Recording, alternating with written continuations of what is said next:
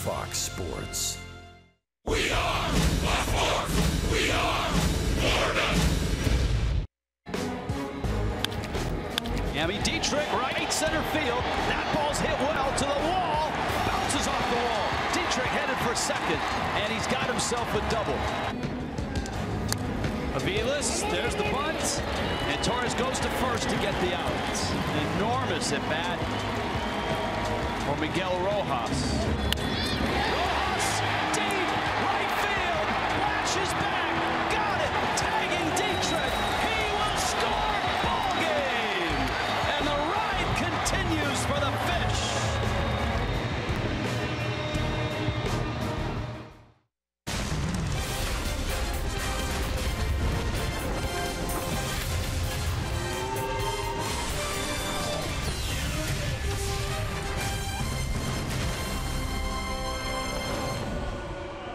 And on a cloudy and wet afternoon in Miami, the Marlins will try to keep that run going.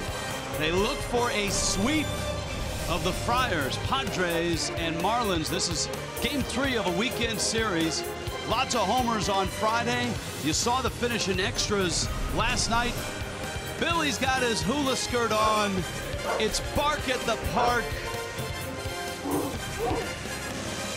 And the Marlins and the Padres play game 3. A lot going on here. Hi, everybody. Rich Waltz, along with Todd Hollinsworth. The Marlins are getting it done, whether it was a Donnybrook on Friday or a tight one last night. Doesn't matter right now. Well, and that's the momentum that they've got going on in that clubhouse. You find out how to win different styles of baseball games, and I think that's what you're seeing right now from this Marlins team. Lots and lots of offense, but last night they needed the pitching, they needed the defense, and it was there for them. This stretch of games, 15 games, the Marlins have won 12. It ties their best stretch since 2010. And here are some of the numbers and the particulars. Well, you see Stanton down there at the bottom, 414, 10 homers, 20 RBIs, and certainly the middle of that lineup has been absolutely outstanding. But the one thing that catches my eye in all of this, 83 and 70. They're playing some close ball games. Ziegler's been outstanding at the end of the bullpen. They've been getting good production from the bullpen as well, consistent. They're in a position right now where guys are stepping up and doing their jobs, and it's a great place to be right now. You score some runs, turn it over to the bullpen, and they're getting the job done. Now, Don Mattingly had a chance to choose from Jose Urena or Dan Straley to face the Padres, and I think that start he had in San Diego helped make his mind up. Yeah, why not? 14 punch-outs, no walks. Yeah, it makes it real simple. Guess what? He loves to pitch at Marlins Park, too. He loves day games, and guess what? That's both going on today. So you love this matchup. You want to get the sweep. Listen, all of these games matter. You don't want to give Eddie back. Even though you've won this series, you'd love to get all 3. Clayton Richard goes for the Padres. This is a guy that's given up a lot of hits, but there's some intangibles out there. Great pickoff move, and he gets more ground balls than anybody in baseball. I think this is one of the most interesting matchups I've seen all season long. The Marlins hit more ground balls than anybody in baseball. He gets more ground balls than anybody in baseball, but he also gives up hits. We'll see where this one goes. If they find a few holes, there might be a lot of opportunities to score runs. Players' weekend comes to a close. The nicknames will say goodbye. We'll enjoy it while we can here on Sunday. The Marlins sure have enjoyed it. They go for the sweep against San Diego next.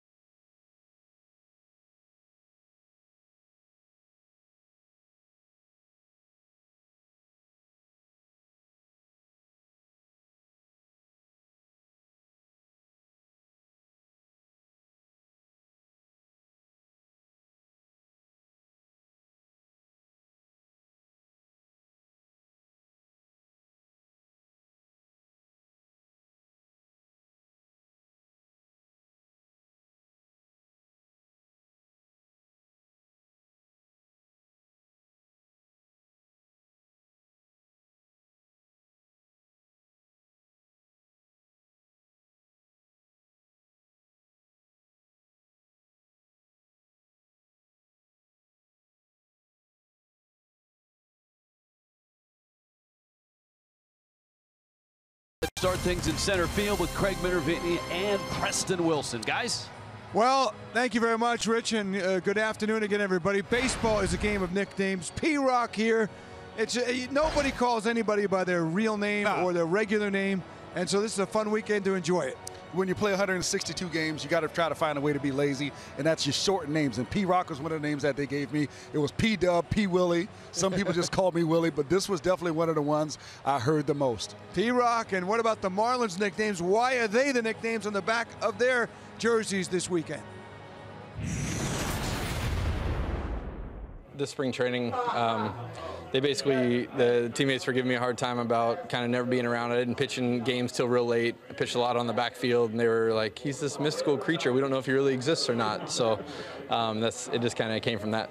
I don't want to be just Miggy because of Miguel Cabrera, and I really like the way he play and like the way he go about his business, and one of the great hitters in the game, and I feel like I put Miggy in role so I can be myself. I guess when I was in pro ball, guys just, we all call each other by some kind of nickname. So, Timo just kind of stuck for short for Tyler Moore, obviously. But, so I just put it on the back of the jersey. Yeah, Rojo. Tell us about that. Where'd that come from? It kind of came from the Latin guys here. They started calling me the Rojo Latino. I have a lot of Latin tendencies with a lot of the gear I wear. Not usually when I pitch, but the stuff I wear between starts. And so they just started calling me Rojo, and it was right about the time we had to pick out nicknames. So it kind of just kind of happened. He made me account on Twitter account and put the Big Bird. Big Bear. And I keep it that name. The Big Bird. The Big Bird. Do you like the name? Yeah, I like it. So we see the jersey? Yeah. I like it. Oh, it's lovely. It's great. The Big Bird. I like it. It's a lot of fun for players to really kind of open up and let you see that side of them, because some things are so structured around the league. You get a chance to learn more about a player, kind of get an insight into their personality, and this is one of the mechanisms that allows you to do They that. had a lot of fun doing it, and it's great for baseball, and I think the fans are enjoying it as well. I hope this will be a tradition we see each year. I think it's a lot of fun for the game. All right, coming up here, can the Marlins pull off the sweep? That is the question on a Sunday afternoon. The way they've been hitting, it's hard to go against them. Fish and the Friars. Marlins have won 4 straight in the series, looking to make it 5 out of 6 in the season set. Next on Fox Sports Florida.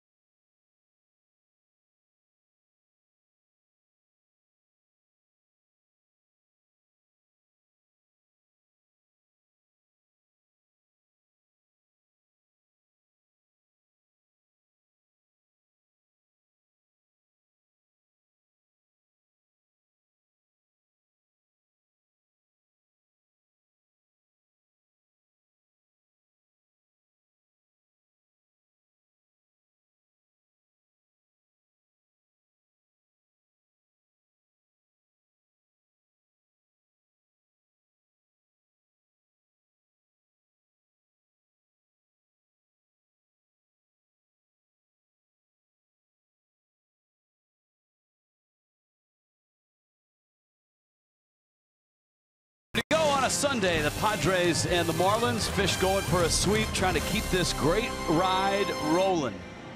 Andy Green's lineup looks this way. It's brought to you by Southwest. Matt Caesar in the leadoff spot. Carlos Asuaje is at second. Jose Piurela is at left field. He's hitting third. Yangervis Solarte, Will Myers, Jabari Blash, Austin Hedges catching, and Dusty Coleman is in the 8th spot. Dan Straley starts the day missing just out to the right-handed hitting center fielder Matt Caesar. Well, there's Dan Straley, 8-8 on the season, 3.83 ERA, 26 starts, solid numbers across the board. He's coming off a real good start, 10 strikeouts against the Philadelphia Phillies, and let's flash back to April 22nd. Oh yeah, 14 strikeouts, no walks against the San Diego Padres. Pitched very well here at Marlins Park, 3.01 ERA. And here's the other one that really stands out. He's only given up 7 home runs at Marlins Park. Makes sense, right? Well, he's given up a few home runs altogether on the season, 22. Straley 2-1 to Caesar. Suaje Pirela following, and that one knocked into the seats. The count 2-2. San Diego's lineup giving a few guys an off day. Manuel Margot is not in there. Corey Spangenberg, the third baseman. Marlins have seen him a couple of nights in a row. He's not in there on this Sunday. Of course, the Marlins have a few new faces in there as Don Mattingly gives a couple guys a day off. JT Real Muto and Miguel Rojas in particular. 3-2 coming. That one to left in the corner. Deep but foul. That last start at Philadelphia for Dan Straley, 6 innings, a couple of hits. Both hits, solo home runs, 3 earned runs total on the game, 2 walks, 10 Ks. So we started finding those secondary pitches. I know his second half numbers aren't particularly huge. Line drive that's just over the glove of Dietrich and into the corner, and Caesar races around first and arrives at second base. And so the Padres open with a hit, a double. And Straley goes to work on Carlos Suaje. Well, Dan Straley's going to have to get the slider down. We've seen this a few different times here in the second half where that slider early in the ball game is elevated. It's got to get down to the bottom of the zone. 83 miles an hour. It cannot hang up at the thighs where things like this will happen.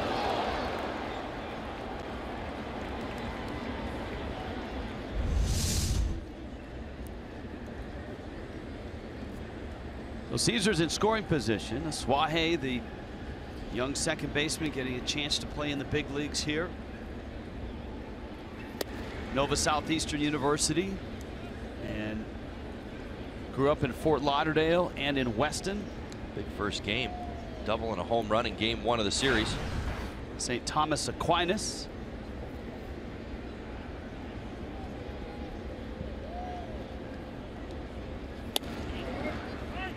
And a time Ellis wants to go out and chat it up with Dan Straley, who's fallen behind Suaje. This is a Padre team that on Friday night really swung the bats, and they like to swing early in the count. Straley not a guy that's given up a ton of first inning runs. Well, I mean, here's the challenge for Dan Straley. I'm not sure it's so much about the style of the Padres or where Dan Straley's at. I think that's actually more the story. Think back over the last few starts, he has struggled early in the ball game. Now able to find those secondary pitches as the second, third, fourth inning had gone on. Even in that Philly start, he had made a few mistakes up in the zone. That's why that meeting right there happened. A.J. Ellis out to talk about it.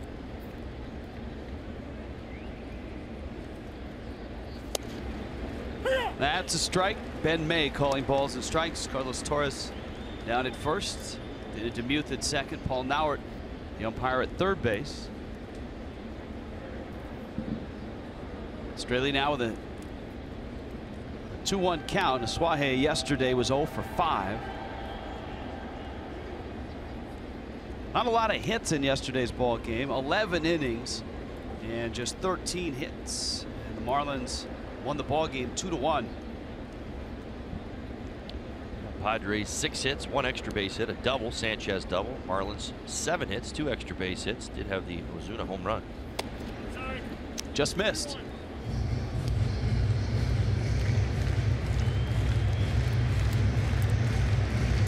Straley searching for his rhythm. As we mentioned, good numbers here at Marlins Park. 3.46 ERA in day games. Makes him a perfect candidate for this start. Rania get an extra day's rest this time through the rotation. Yeah, and it sounds like with Urania tomorrow, there's been a change in the Nationals rotation, and it's Max Scherzer who goes tomorrow night against Jose Urania. That should be a fun ball game tomorrow night in DC. Marlins will probably see Steven Strasburg in that 3-game set, maybe Edwin Jackson as well. You think the Marlins aren't on everybody's radar right now?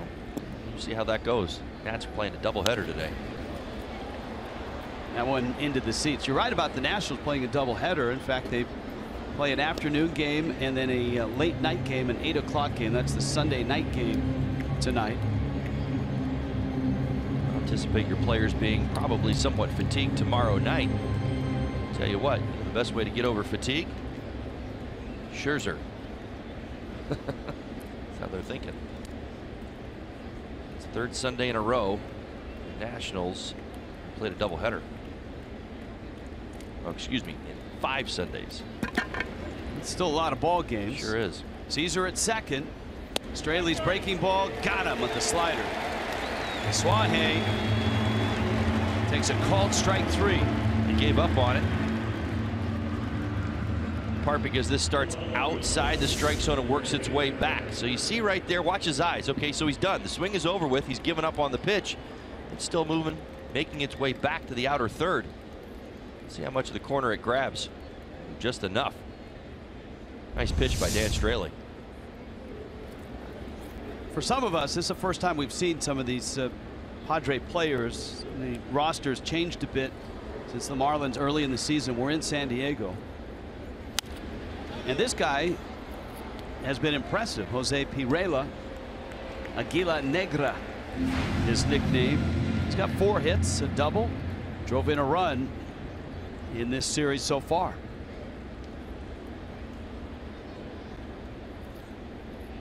Seven-game hitting streak, 385 during that streak. As we mentioned, we didn't see him in April since arriving in June. Time was called.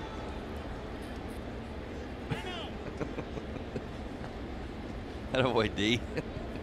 Let's do the Marlins defensively. Here you go. The Big Bears in left field, Yelly and Cruz over in right. Dietz, Avilas, Vargas, Strange right there. Timo, G-Dad, Rojo.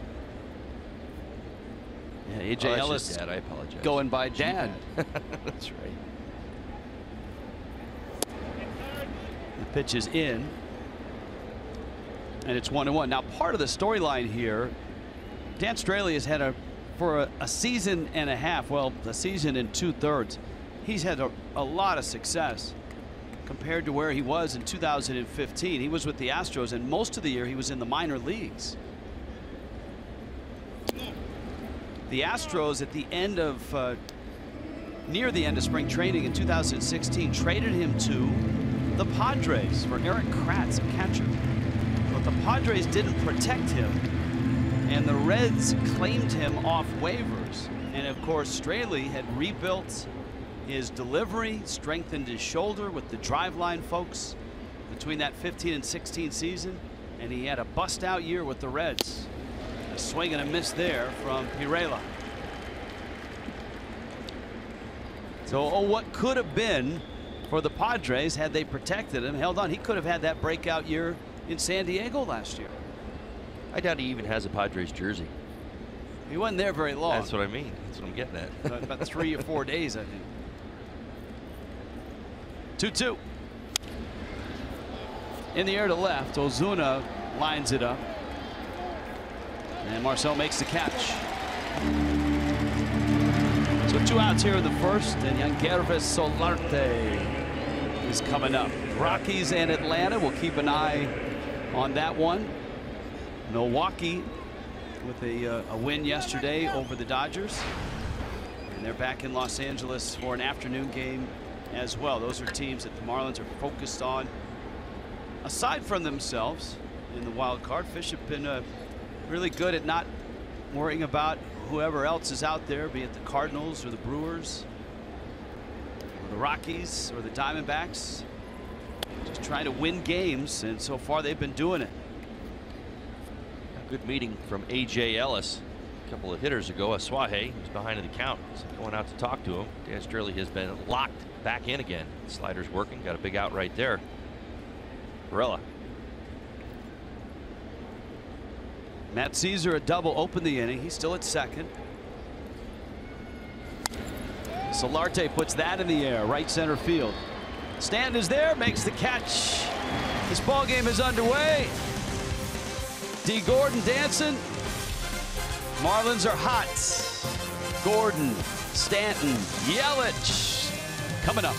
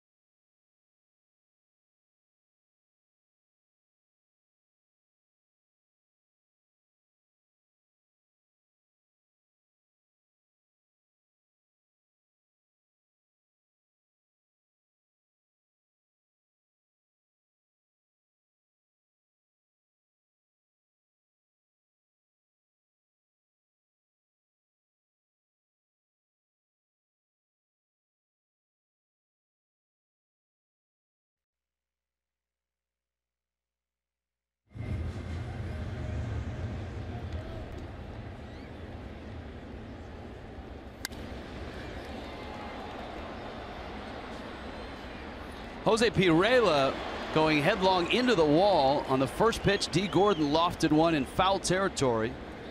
It's a long strike, and albeit a painful one for Pirela. A tremendous effort. Tries to find the wall. You see him right there. That is the one play that the outfielders tend to hesitate. And I'll tell you what, Pirela didn't hesitate too much. You have to stick your hand and your wrist into a wall, you get a little nervous. It looks like he's come out okay, and that's good news. Yes, it is. Gordon, Stanton, Yelich here in the first.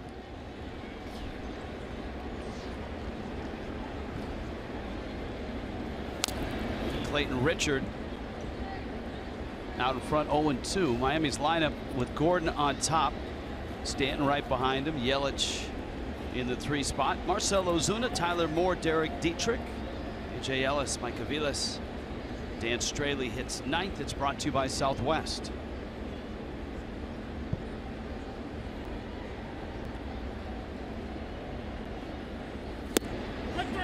That's strike 3 called. Richard slings that up. Gordon looks a little stunned.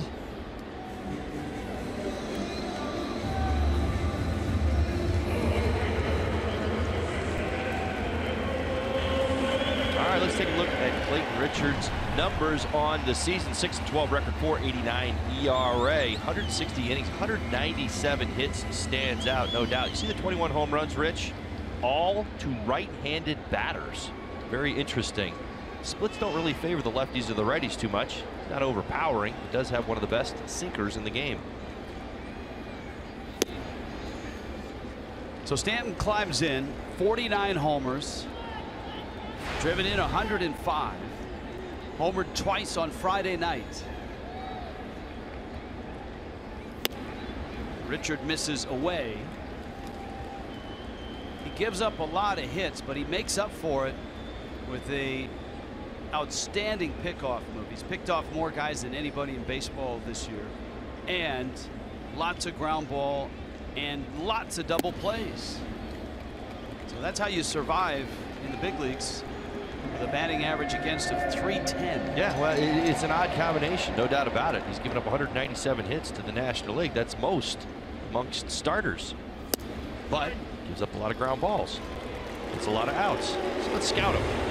Make this easy on you at home, Marlins fans. Roll it out for you. Here you go. Your AutoNation scouting report. Clayton Richards, 6'5". He's a big guy, 240 pounds, 33 years old. He's been doing this a little while. 308 ground balls. He's got a 59.6 ground ball rate. That's unbelievable. Leads the National League. All right, here you go. What do the Marlins do? They hit the ball on the ground. Their ground ball to fly ball ratio is 1.43. That's tops in the game. So there could be potentially a lot of balls on the ground. Find some holes. That's the key. We mentioned the 197 hits that he's given up. The Marlins are 6th in baseball in getting hits. 1,166. As I mentioned, Splitsville is merely this. Lefties 321, righties 307 with 21 home runs. You got a lefty in there now with Yelich standing at first base. It's the 3rd walk of the series for Giancarlo. And this is where Richard is hunting for a ground ball. Well, he locks up the run game because he's got the ability to pick you off. So it's always going to put everybody on point when they get over to first base. Maybe you shorten up a step. So you've got that going. He gets the ball on the ground an awful lot, which speaks to the number of ground balls he gets. So of course he's going to get double plays. And you can see the action on his two-seam fastball as it runs down and in to Christian Yelich. There's the move, and it's a good one. Even Stanton is smiling right now. It's a double hitch. He kind of gets that leg up, shows like he's going to the plate. Yeah, the front leg is what you got to keep your eye on. It's a bit misleading, and that's where he gets a lot of guys. You kind of fall asleep right about there. What he's doing is he's suspending. If his front leg goes behind his back leg, he's in trouble. Well, he strikes out Yelich. Now Ozuna with 2 outs. Again, two-seam fastball down in the zone, 92 miles an hour. We've seen this boring action today. See how it sinks there at the end, kind of darts in on Yelich's hands. Ozuna now. 3 hits in the series, 2 of them home runs. And both of them big ones. 3-run shot on Friday was the difference in an 8-6 win. And then last night, in a 1-0 ball game, Ozuna blasted one to center, 453 feet. That was against Dinelson Lamet. That was the only run for the Marlins until they scored in the 11th and won by a score of 2-1. Instead of a walk this time, Ozuna a little bit of a jog, and it circles back around. Behind in the count, 0-2. Quicker meeting with himself. That home run last night, the 6th game-tying home run this season. His 2nd in the National League behind Giancarlo Stanton. He's done it 7 times, so big-time production from the Marlins, the top of their lineup, and meaningful home runs.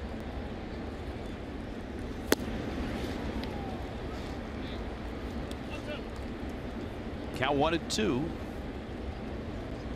Ozuna right behind Stanton in a lot of the offensive categories in the National League.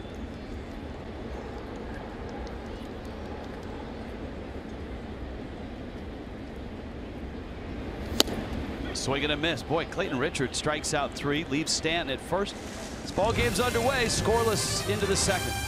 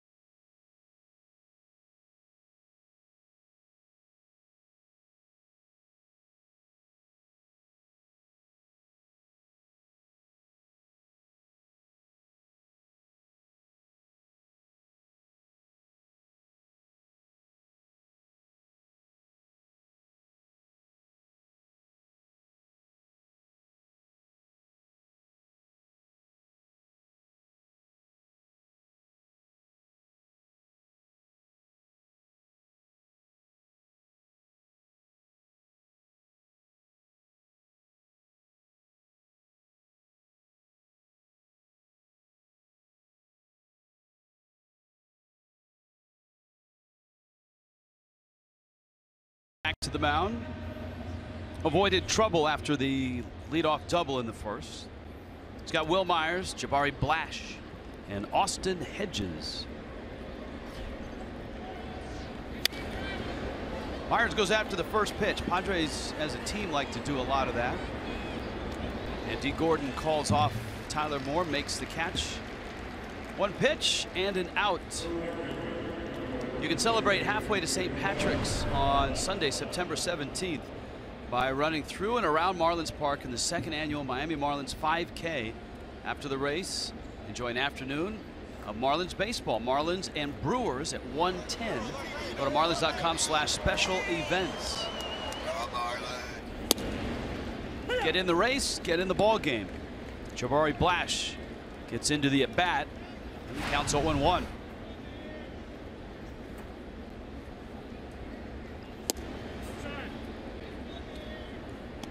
Blash had an important home run for the Padres in game one. A long one too, 450 feet. His fourth on the season. Let's get those big arms extended right there. He's really been attacking the outer third. Back to last night's ball game. Marlins did a very nice job of crowding him to that inside third of the plate, keeping him those long arms tight to the body.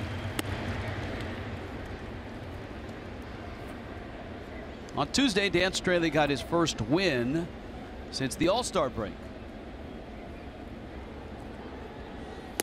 He got 7 starts without one. He strikes out Blash, second punch out. Good action on this elevated fastball. He went up there the pitch before. Blash laid off of it. See it right there, right back again. Tempting these young hitters. Real good approach from the Marlins throughout this series. They made some nice in-series adjustments with the pitching staff. You see the number of Padre hitters who have that swing coming right out of the gates. You see him getting the leg kicks going and almost like they're getting in there thinking they're going to get a first pitch fastball and they're going to hit it to the moon. Ball and a strike to Hedges. He had a nice series against Miami in San Diego. Padres at 57 and 72, and the loss yesterday officially eliminated them from the National League West race. Of course, with the Dodgers where they are, everyone has that feeling in the West, even though Arizona and Colorado are not yet mathematically eliminated.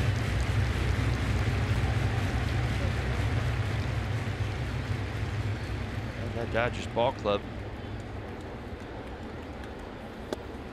they're going to play a major role in the pursuit of the Marlins, in their pursuit of the wild card. Dodgers obviously have a lot of games left against the Diamondbacks and the Rockies. 7 against the Rockies, 6 against the Diamondbacks. Oh, by the way, they're playing the Brewers today. Another pop-up, a lot of outs in the air for Straley, and Gordon is there to corral this one. 1, 2, 3, go the Padres. Scoreless game.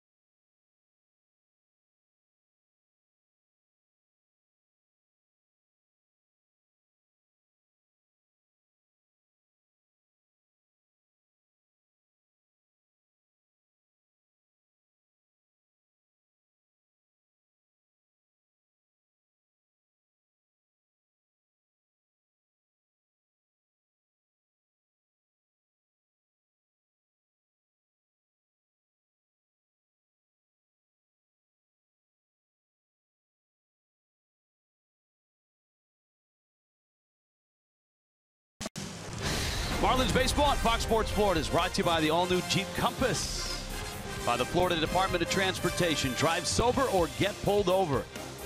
By your local Toyota dealers. Let's go places. And by Southwest. Transparency, low fares, and nothing to hide.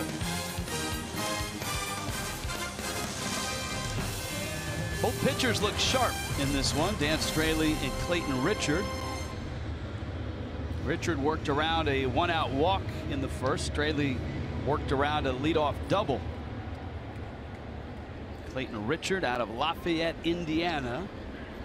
Did not end up at Purdue. Did not end up at Indiana. He ended up at Michigan as a pitcher and a quarterback. He was a backup quarterback on the football team. Pitched on the baseball team. And at 33, he's been around, been in the big leagues for some time now.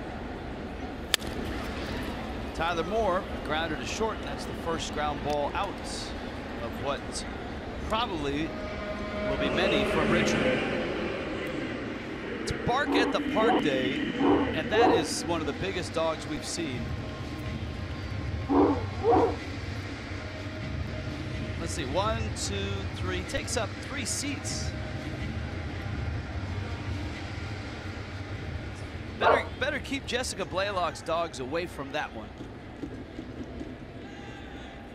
Oh, I love the jersey. Derek Dietrich now.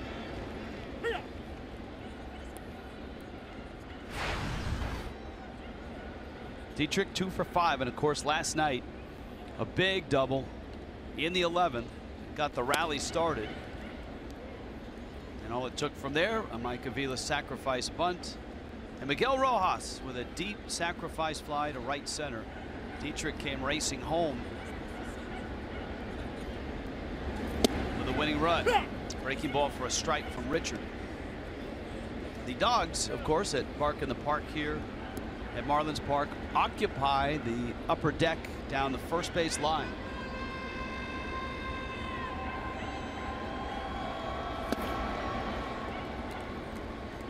And they come in all sizes, all shapes, all varieties, all colors.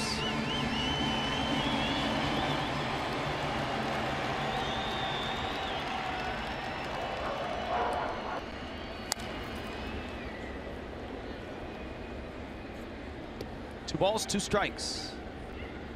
Derek Dietrich hanging in there as usual. He's handled lefties well all season. As you mentioned, big hit yesterday. Came against the lefty, that double, 11th inning.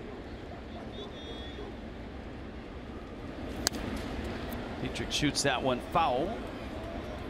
And it's 2-2. Now, they do have in the concession area, D says, hey, straighten it out. In the concession area up, they do have some dog-type snacks. I don't know that they have any roving vendors. I see cotton candy up there. When you say snacks, you talk like Scooby snacks? Yes, dog Scooby snacks. There's a water station.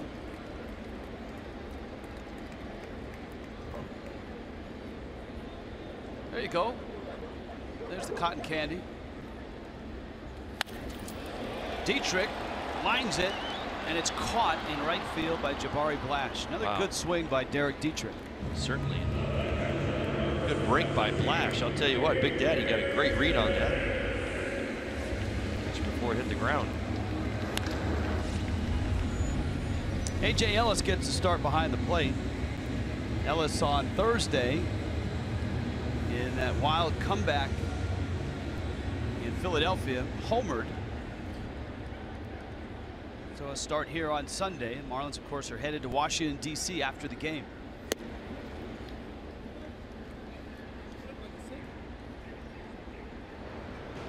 Let's take a look at it. Swing of the bat. Remember, he had a pitch go over his head, up and in, just prior to him leaving the yard. I loved it. It was almost like it was a response to the up and in. Why not? A.J. Ellis has been outstanding of late. Last 17 starts, 276 batting average. Get this, 391 on base percentage. Yeah, and he's hitting for power too. 4 doubles, 3 home runs, 6 RBIs. He's behind the plate. Marlins 14-12 on the season. Very nice job, and well, They call him Dad. High chopper. And Gerber Solarte on to first. Now, ladies and gentlemen, we will switch analysts. Todd Hollinsworth heads to San Diego. Mark Grant heads into the booth. There you go. See ya.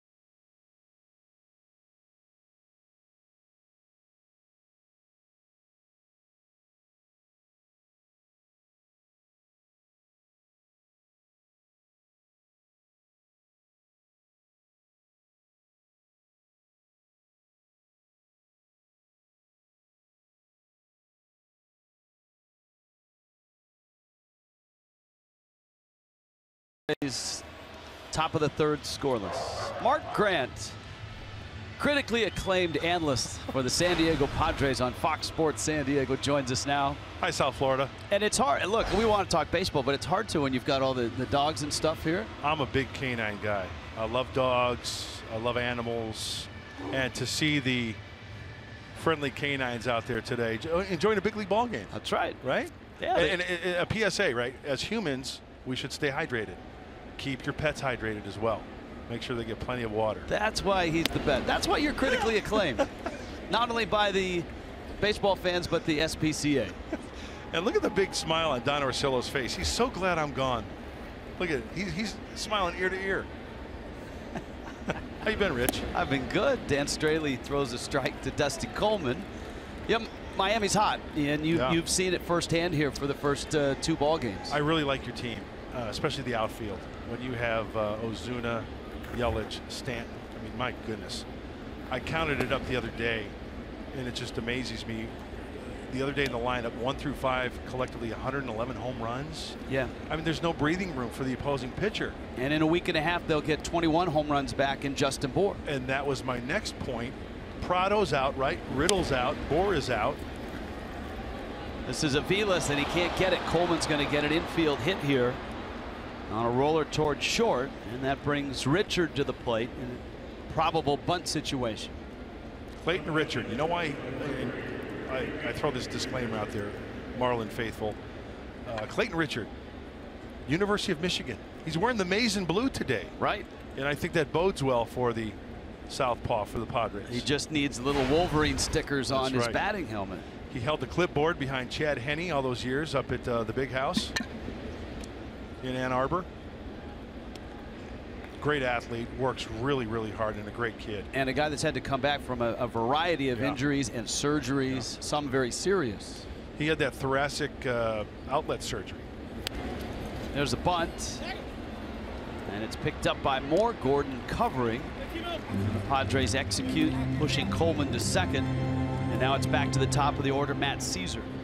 So, Richie, let me ask you, as you look at this Marlins club, there's a lot going on, especially in the offseason with the ownership deal. Do you see differences in these ball clubs? Because the Padres, you know, we've got a lot of young guys. We've got 3 Rule 5 guys on our team. So it's a developmental type year. And it's going to be interesting to see what happens with the Marlins. Well, for the Marlins, it's a it is an odd year with the sale of the team coming up. The ball club all of a sudden contending after an awful May, which put them in a big hole. You know, you talked about the outfield. One of the things the Marlins have done right is they've developed this core, and a lot of it's homegrown development. From the guy behind the plate, JT Realmuto, to the outfield that you talked about. The biggest challenge for this ball club is going to be pitching down the stretch and starting pitching, and can the bullpen hold up? Straley bare hands, fires Caesars out by half a step. Nice play by Straley, and Dusty Coleman now 90 feet away at third base. Matt Caesar, pretty good athlete, and Straley doing a good job with the bare hand. You know, when you field that bunt out where it's at, you have that throwing lane already, so you really don't have to worry about throwing it up the backside of the runner. And another quarterback at Villanova, Matt Caesar, another good athlete. So we got a couple quarterbacks out there this afternoon. That's right, won a national championship at Villanova. Marlins have a good football presence. None at the college level. One after the first pitch is a Suaje, and he fouls it back. But of course, Giancarlo Stanton offered a full ride at USC as a wide receiver, corner, believe it or not. And then JT Realmuto was a terrific high school quarterback, won a 5A title in Oklahoma, and then decided on baseball when the Marlins drafted him and turned him into a catcher. In the air, right center fields. Stanton in, Yelich in, Stanton has it and makes the catch. Dan Straley getting outs in the air right now. Strands another runner in scoring position.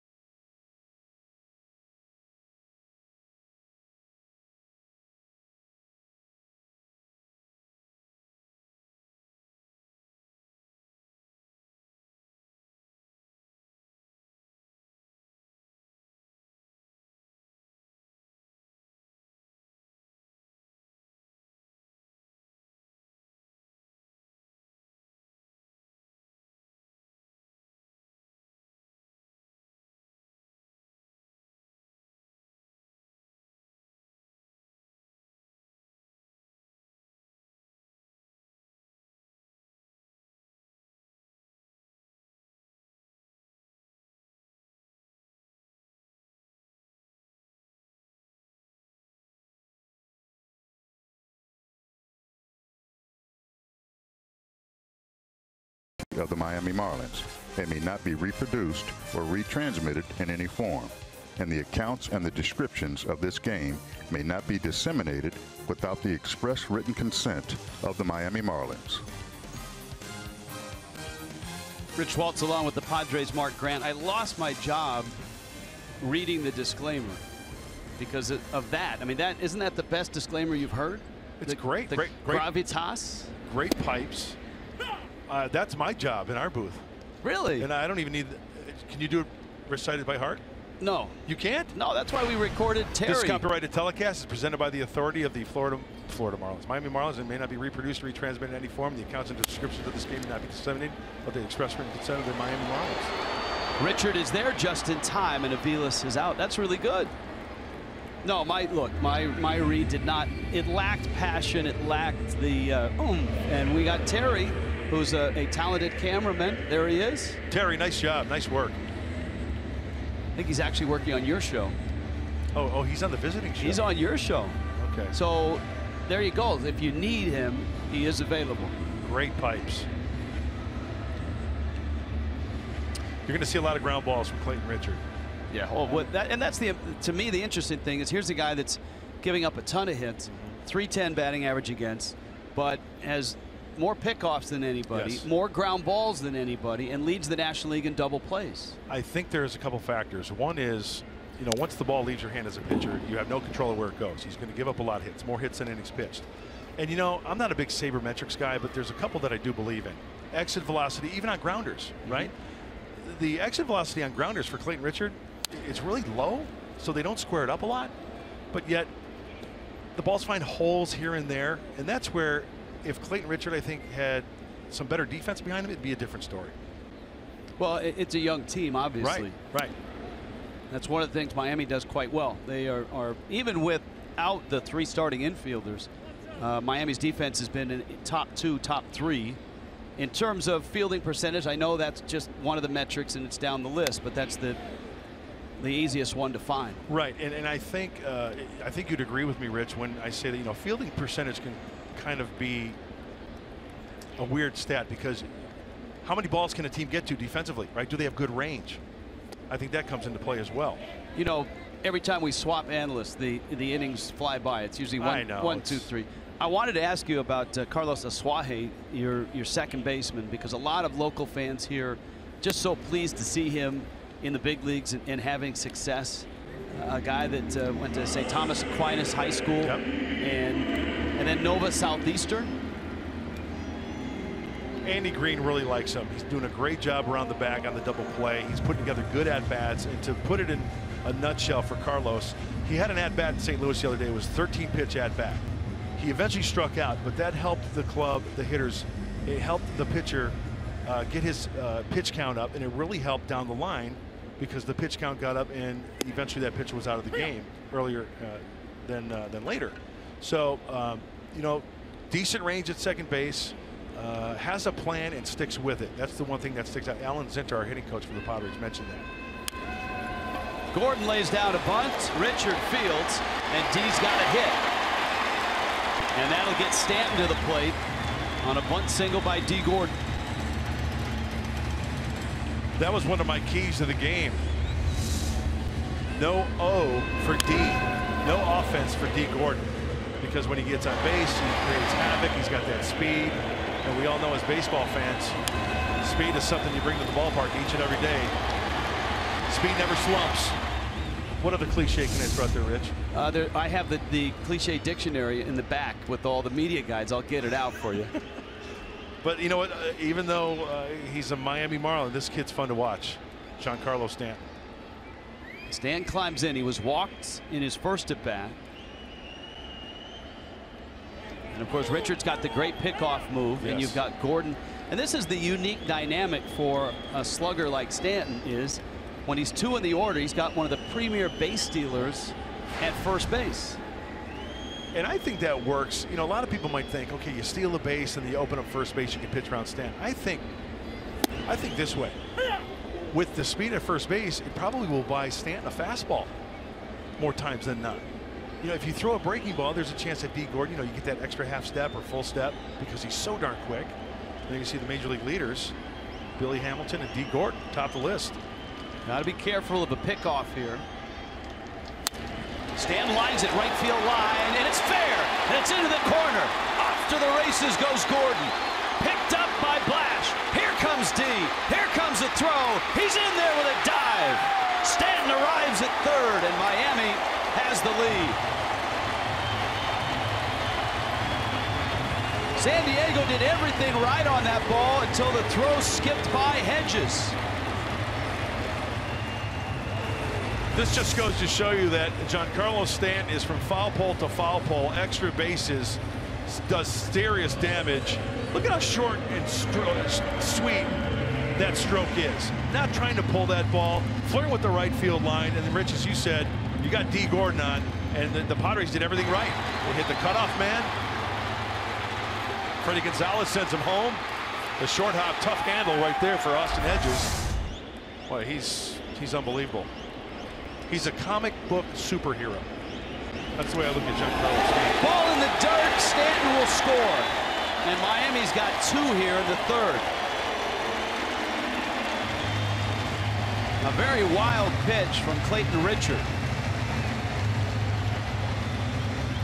He's a comic book superhero who is becoming much more of a hitter than a slugger this year. That's a great point. And that's helped his home run totals actually go up. And you mentioned it, the strikeouts are down, the walks are up, using the whole field. Just a complete hitter with power, average. And that's one of those sweeping breaking balls that just gets away from Austin Hedges. Austin Hedges is doing a great job this year blocking baseballs in the dirt. That one unfortunately just gets away from him. Yelich pounds one off his foot. And that's having watched Stanton on this run, at bats like that are commonplace. And he's done major damage against the Padres. We were adding up the numbers. He's 12 for 22. He's driven in 12, 5 homers, and that's in a 5.5 game run. You know, the pitching coach for the Padres, Darren Balsley, who I consider one of the best in all of baseball, he does his work like no other. Very diligent in getting scouting reports together. And he'll be up all night long looking at scouting reports and how to pitch these guys. And the pitchers have to execute their pitches. But Stanton has proven that he can cover the whole plate in a lot of ways.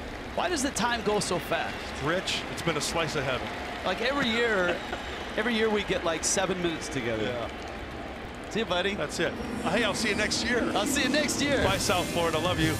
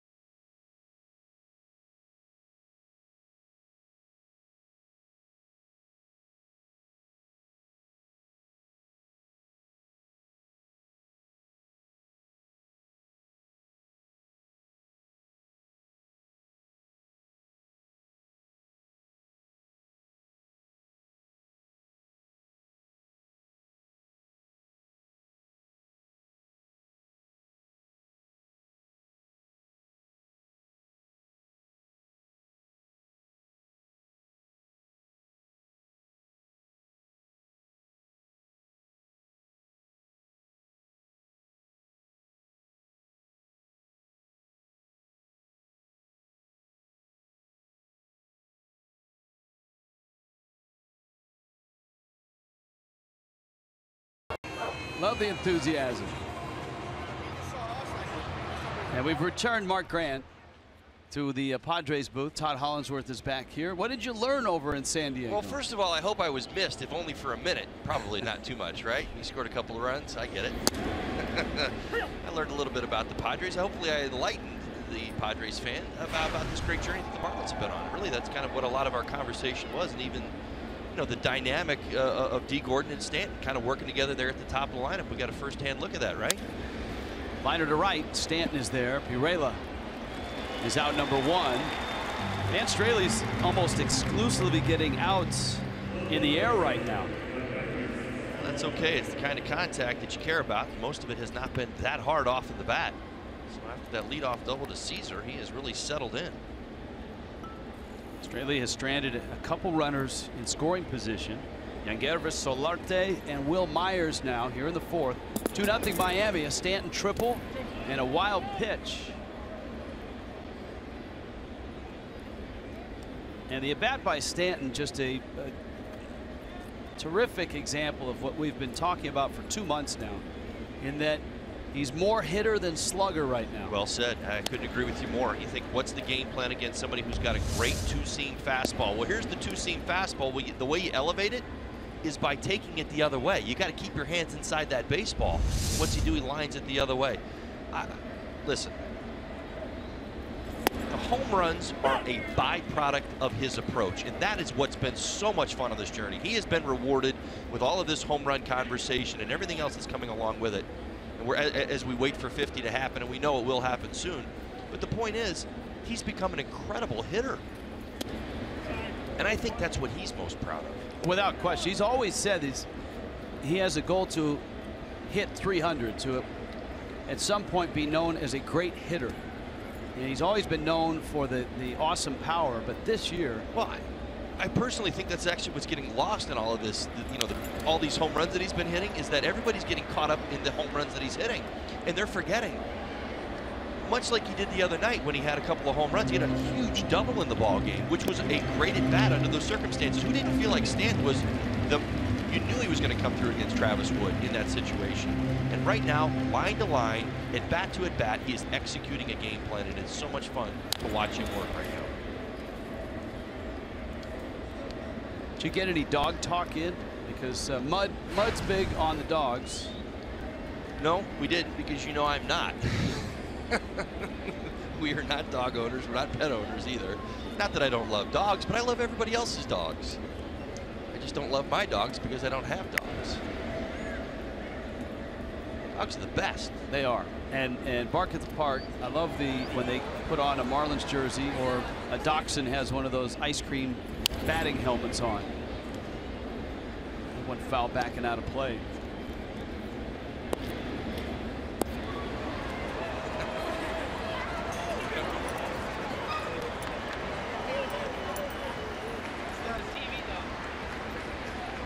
Responsible for cleaning up the upper deck. They have facilities up there for the dogs where you can take them, sort of artificial grass and such. So the dogs are very well behaved when it comes to that. Just to look related.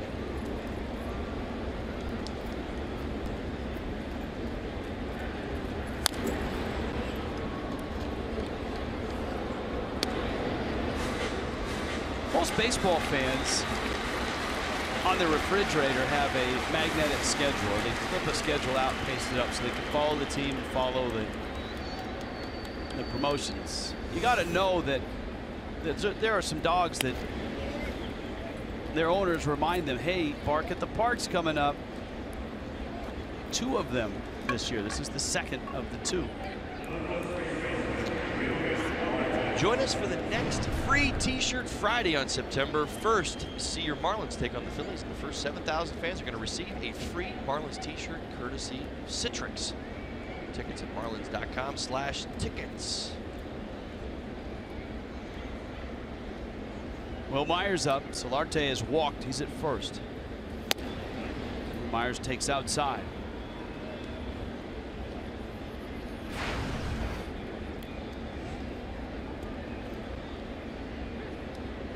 That Mets-Nationals game is underway. The Mets have scored 3 runs, have a 3-0 lead. It's 1 of 2 in D.C. They play at 8 o'clock tonight. If you haven't heard, the Nationals have moved Max Scherzer into the Marlins series rotation. Jose Urena, Max Scherzer tomorrow night.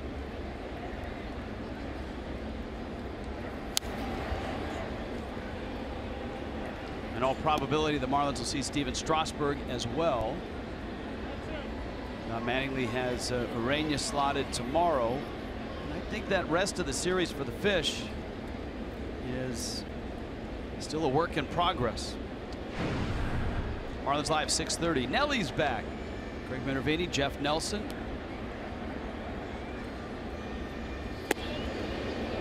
Fastball up. Myers bends out of the way. Now you saw hobbled Nats on there. The latest injury, Ryan Zimmerman, a shoulder injury. He apparently hurt it on a head-first slide at home plate a few nights ago. The Nats are really just trying to keep things in check for their playoff push. September's probably going to be handled a little differently. Make sure guys are healthy and ready to go. Myers pops it up. Gordon's underneath it.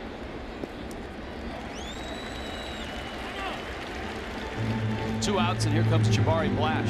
Yeah, 3 pop-ups. D. Gordon already in this ball game. The only non-fly ball outs for Straley are obviously the strikeouts and the 2 sacrifice bunts. Again, the master of bad contact. It doesn't always have to be 14 strikeouts. That's fun. We love talking about it. But at the same time, he's making pitches and getting bad contact. That's how Dan operates. Works around the strike zone. You saw Dad out to the mound. That's the nickname that A.J. Ellis is going with, not only because he's a dad at home, but he's sort of the dad of this ball club. I love it. Actually, that's what I was thinking of first, and I think that's kind of his role. And this is coming from somebody, you know, obviously I was in Chicago last year watching the impact that David Ross had with the Chicago Cubs. Kind of Grandpa Rossi. I saw Dad. I thought the same thing. And you talk to JT Realmuto, he learned so much, JT did, from Jeff Mathis, and how could you not? Now he's got Ellis, and both those guys have been instrumental, along with Brian Schneider, of course, in bringing Realmuto along. Game planning, pitch calling, all of those things. And there's Brian Schneider.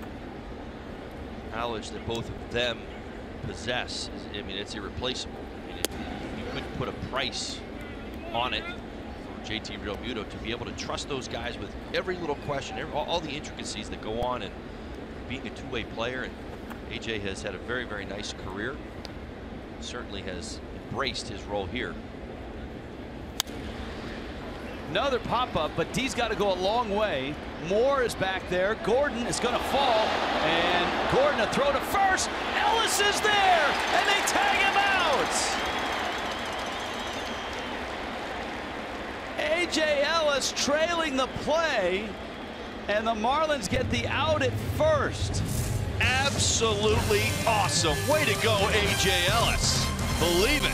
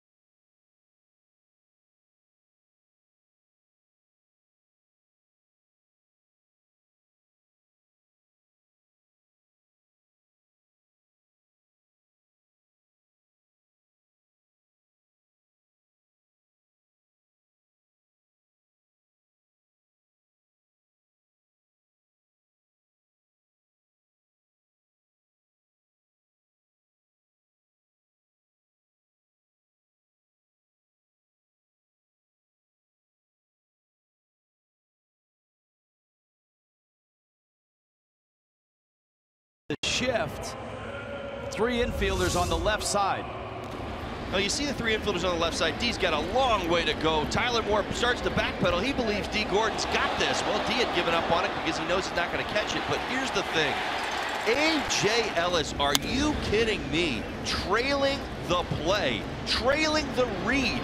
He sees Moore give up on it. It's happening right in front of him. Look at him. He's in perfect place. Now here's the kicker, though. You got to get him out at first base. If the Padres were on their toes, nobody was guarding home plate.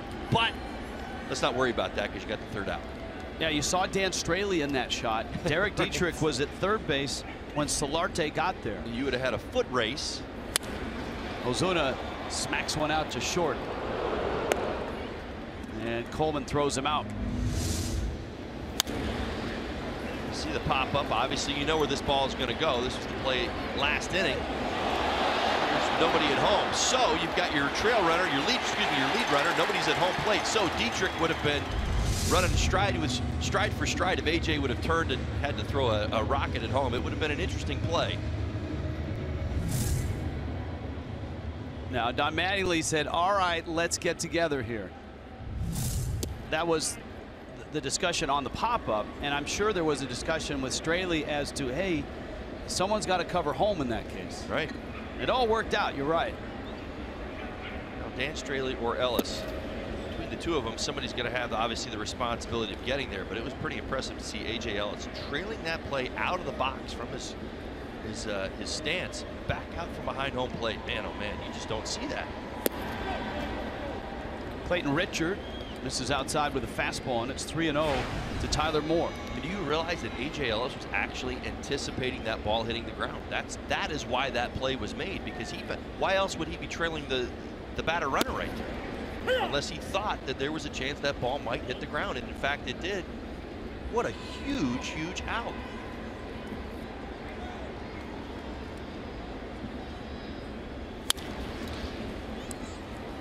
Solarte throws out Moore. Fox Sports Supports is proud to team up with Girls on the Run and their dedication to empowering young girls and instilling confidence through running. Learn more about how you can get involved by visiting foxsportsupports.com.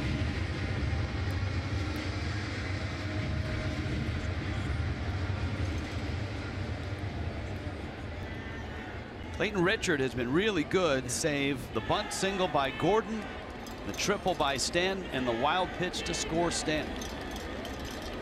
Excuse me, the triple by Stanton.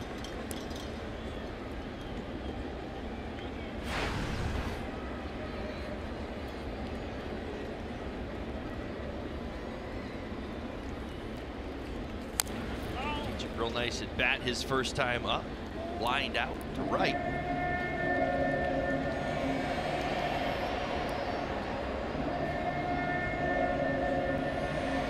Dietrich, big hit last night, started that rally in extra innings.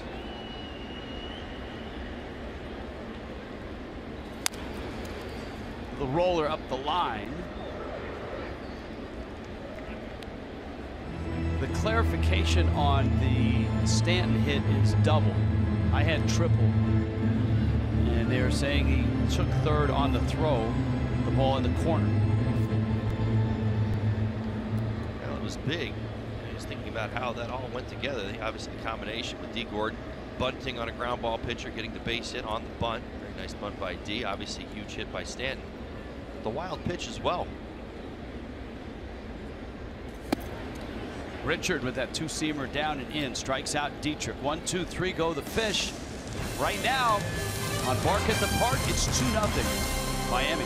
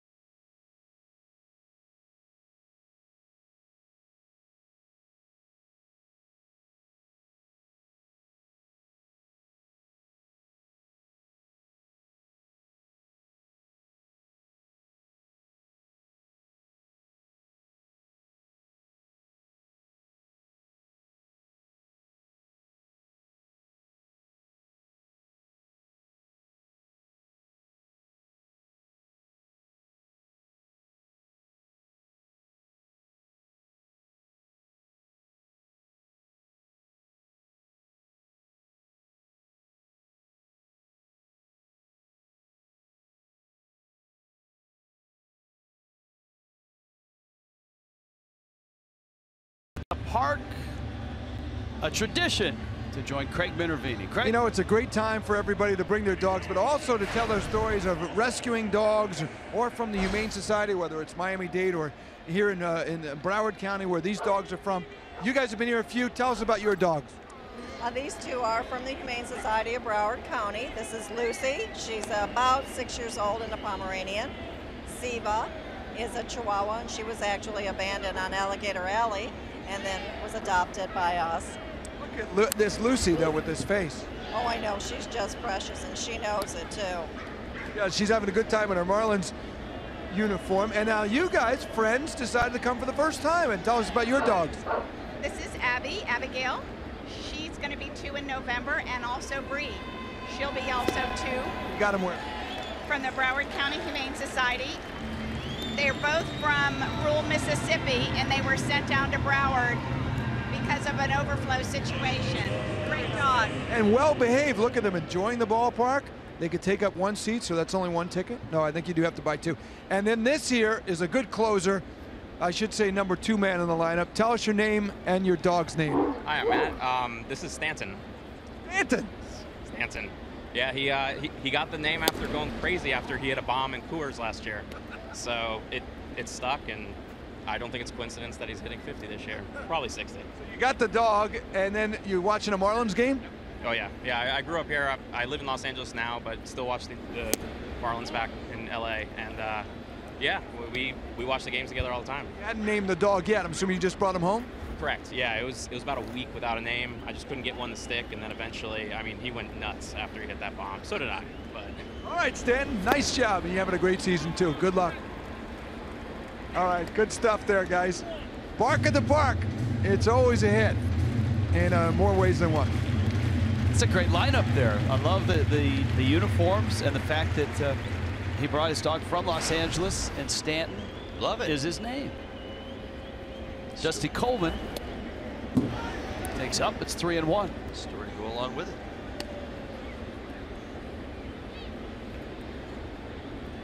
Dan Straley, 4 1/3 innings.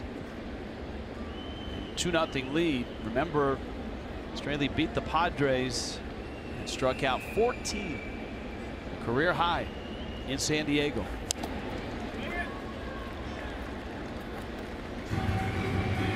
Tell you what, that pitch right there is a pretty good example of what Dan Straley is for this Padres team. Almost sitting there thinking he's going to get a 3-1 fastball. I'm in the 8 hole in the lineup today, right? I'm going to get a 3-1 fastball. I got the pitcher behind me. Does Dan Straley throw? Outstanding slider at the bottom of the strike zone.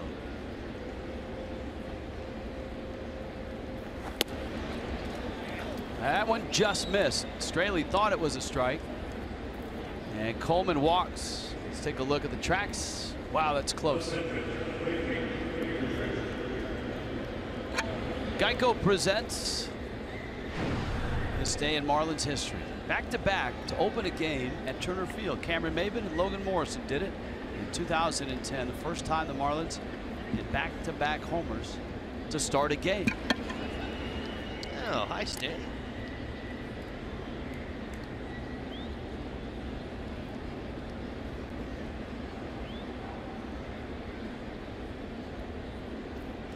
Clayton Richard up now with 1 out. Richard sacrificed back in the 3rd. He swings here and he drives one down the right field line. That is deep, and that is gone. That's a 2-run homer by the pitcher, Clayton Richard. And just like that, the Padres have tied the game. First home run this season for Clayton Richard.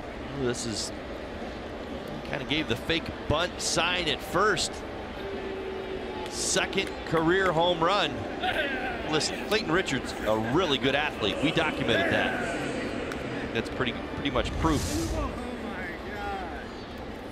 He's really convinced he's going to get a bunt attempt from Richard. He does not. He gets a full swing and hard contact.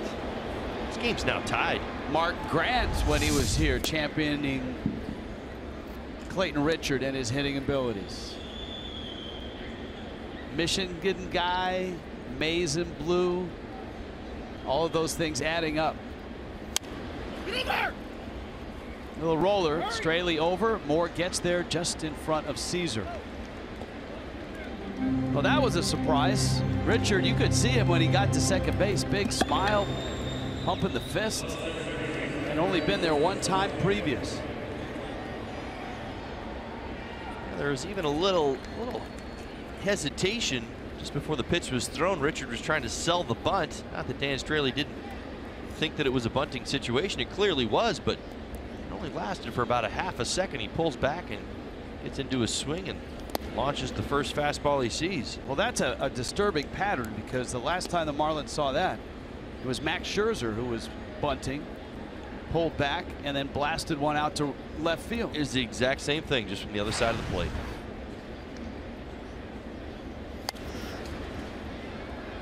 Suaje hits a pop-up. Moore is under it, and he makes the catch halfway through. Padres are even now. It's 2-2.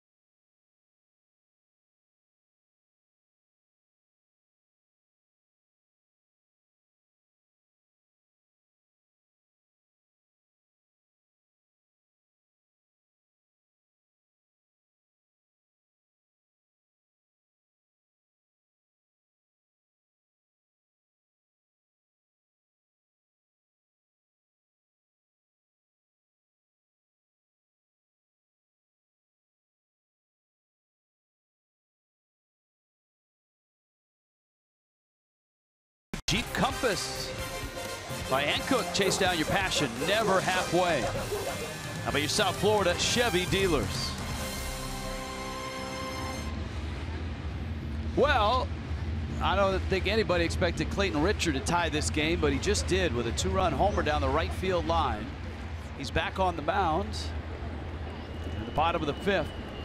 He's got the bottom of Miami's order. A.J. Ellis, Mike Aviles, and Dan Straley. Ellis bounced to third, and the ground balls, they are coming right now. Another one up the middle. Coleman gets there and throws out Ellis. Unfortunately for the Marlins, unable to find any holes yet. As Richard has been outstanding of late. Last 4 starts, 3-1 with 2.36 ERA coming into this one.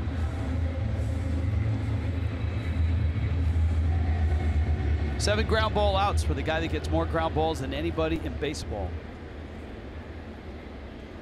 Aviles bounced to short. That was in the 3rd inning.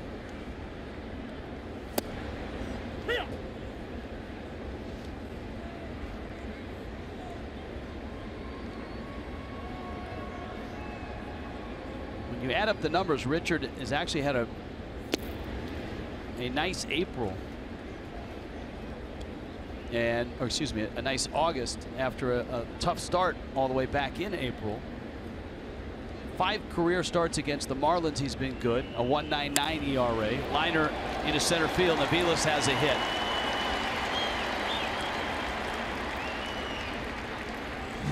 One out single. Well, to show you, there's a little deception in Richard's delivery. That delays just a little bit right there, kind of pops that elbow and that little knee, almost like a little kick. Hides the ball very well. You see it as he takes the ball back, he actually hits the inside of his left leg.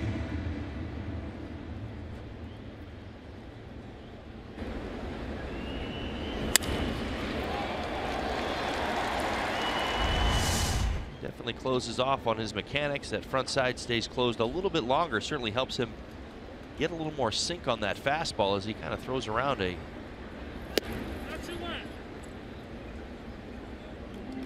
strong front side. Straley bunting here. Aviles at first base. You've got D. Gordon and then Stanton. There's your sacrifice hits. Straley's got 8.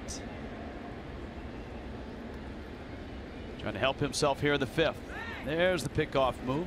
And that's the thing. The move is so good.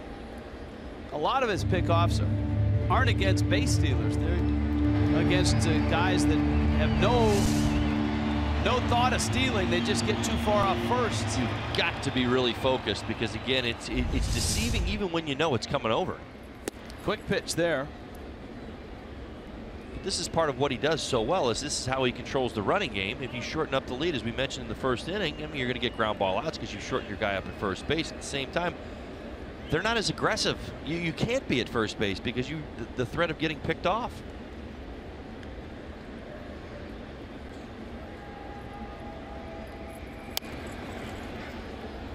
Straley fouls it off. The count's 1-2. You got a pretty good example on the last pitch. Aviles was even leaning towards first base as the pitch was on its way towards home. Shows you how deceptive he can be. No fault of Aviles.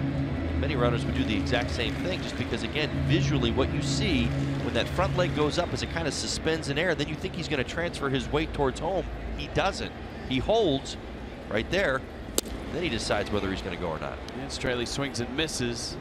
A 93-mile-an-hour fastball.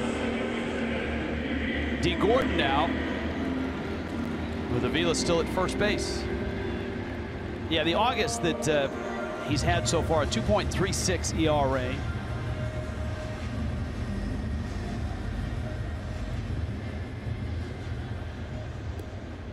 Four and a half ground balls to fly balls.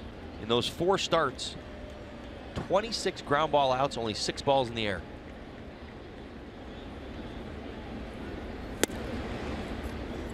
(2014) for Richards was a really rough year. They had the thoracic outlet syndrome procedure and then an AC joint surgery as well.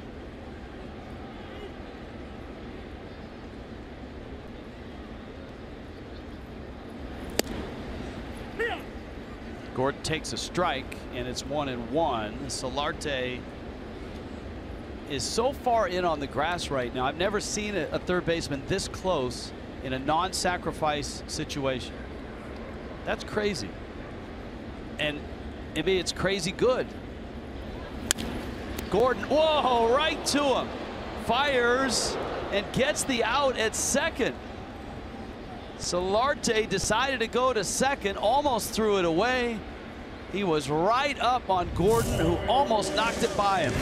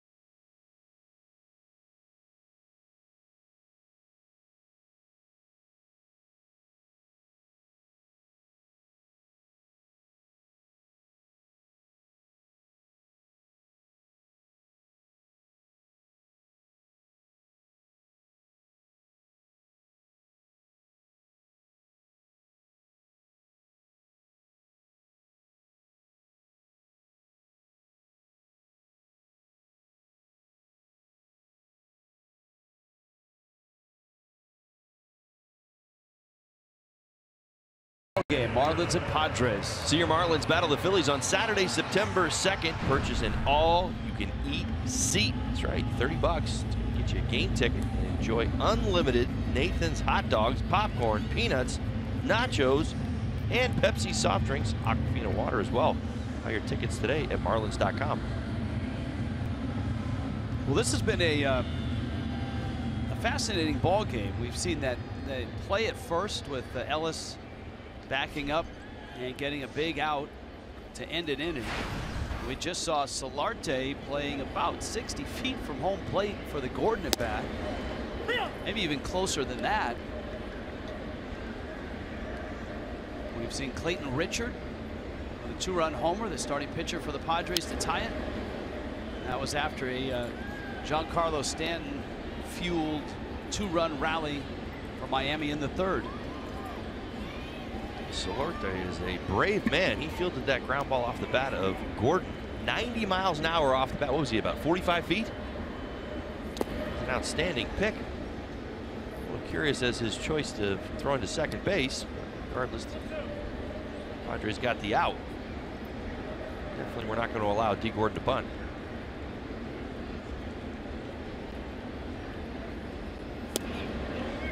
There's the slider. Count 2-2. Australia, I think, a little frustrated there. Justifiably, it's a good pitch. And he gets the strikeout, throws the same pitch, gets a swing and a miss. Let's do some T-Mobiling. Remember, we got nicknames during T-Mobile. How about Rhys Hoskins, the fastest in Major League history to 10 homers. Marlins saw that, even though it came in a loss to the Cubs. Ty Weezy, Taiwan Walker. The Diamondbacks beat the Giants 2-1. Pickles is Sonny Gray's nickname. And Pickles had a nice day for the Yankees. And Guerra Solarte slaps one into center field. That's a 1-out single to bring up Will Myers. Straley's had traffic on the bases. Stranded runners in scoring position in the 1st, the 3rd, and the 4th. Be careful with Myers. He loves that first pitch. He's shown it throughout the series that he will attack the first pitch. He hit 365, and it certainly makes sense as to why he is so aggressive early in the count. Breaking ball for a strike.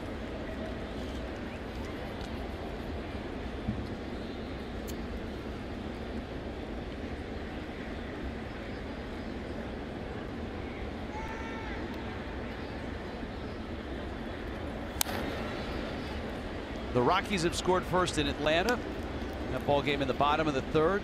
Colorado, a 1-run win last night and a 1-0 lead in Atlanta in the bottom of the 3rd today. Mets 5-0 over the Nationals, first of a day-night doubleheader. Marlins will be arriving in D.C. right around the time they start that second game. Mets and the Nats. Roller up the third baseline. It's a foul ball. Myers is still alive. Seattle is in New York. Now, Seattle is in the American League wild card race. They're 2 over. The Yankees are the wild card leaders, so that's a big series. Seattle came out and made 5 errors in the first inning. Franchise record. The last 5-error inning in Major League Baseball was Milwaukee, and that was 1984. Yankees lead that ball game by a score of 7-1. Right off the top of his foot. Myers hobbling around. Take another look. Pitches it off the end. Oh yeah, how about the ankle?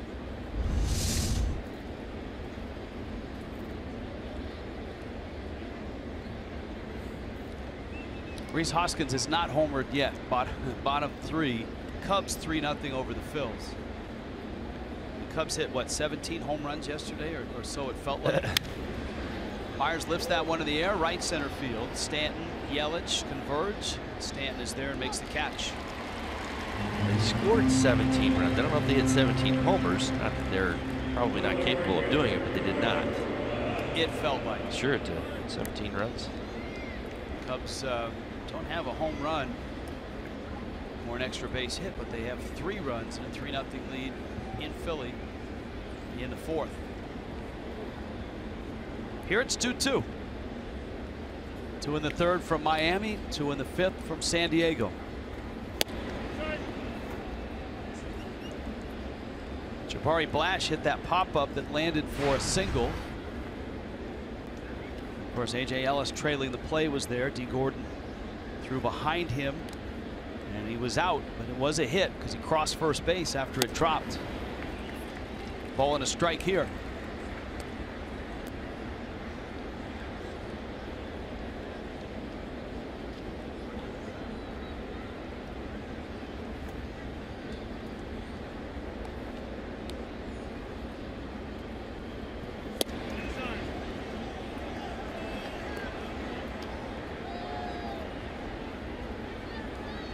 Really has been good, living on the edges.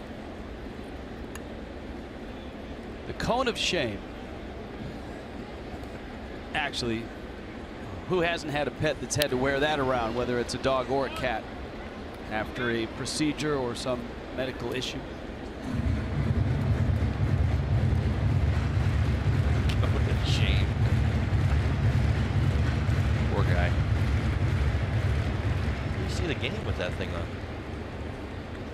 Maybe he's listening to Dave Van Horn and Glenn Geffner. You're on your game today, Rich. 2-2, no chase on the slider from Jabari Blash. Australia's using his secondary pitches so well today. After that first inning we talked about, it almost seems like a little bit of a pattern here of late. Settles in, gets those secondary pitches down in the zone, the changeup bouncing, the slider bottoming out just above the shoe tops. He's in a good spot right now. Runner on the move on a 3-2 2-out pitch. He loses Blash, and here comes Hedges.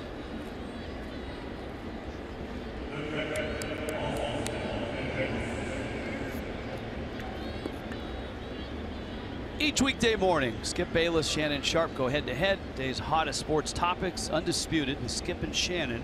Weekdays from 9:30 to noon Eastern, only on FS1. Juan Nieves on his way out to the mound.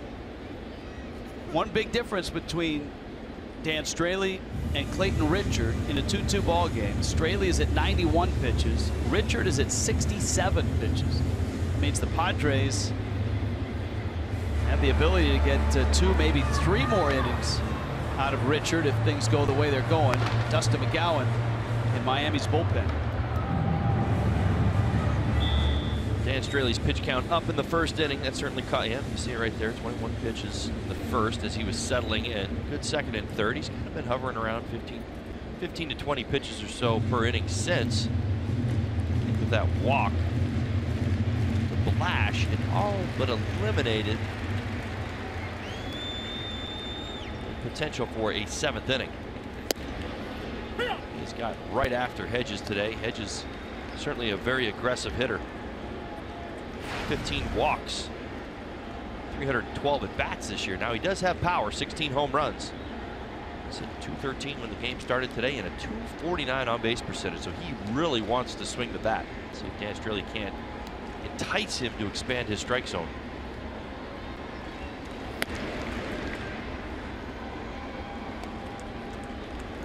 Ball and a strike to Hedges. This ball game feels a lot like last night. Pitches are on, not a lot of hits, just 8 hits in the game.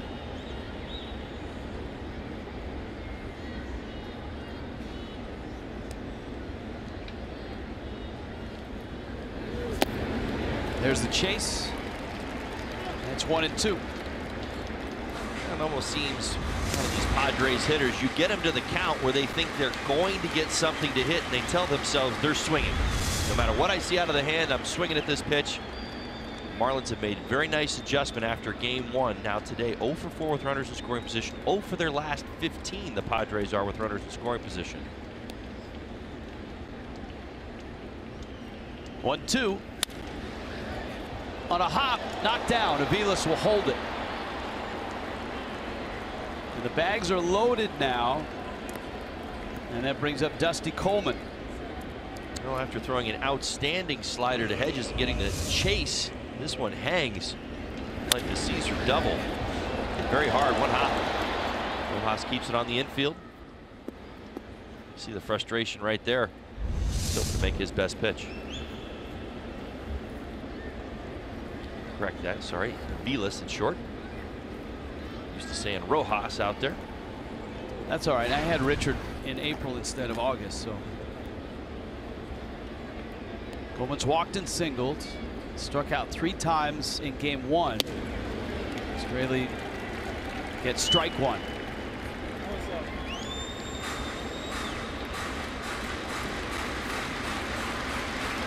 Straley's got to trust what he has done all game, even if you use the knowledge and the memory of back in April. This Padres team will expand the strike zone if you let them. Ed Ellis is really working off those corners. Padre at every base. Fastball gets him strike 2. Now 0-2.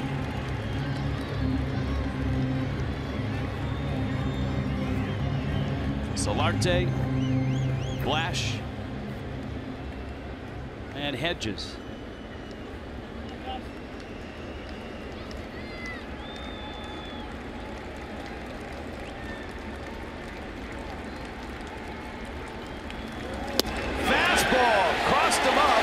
Struck him out.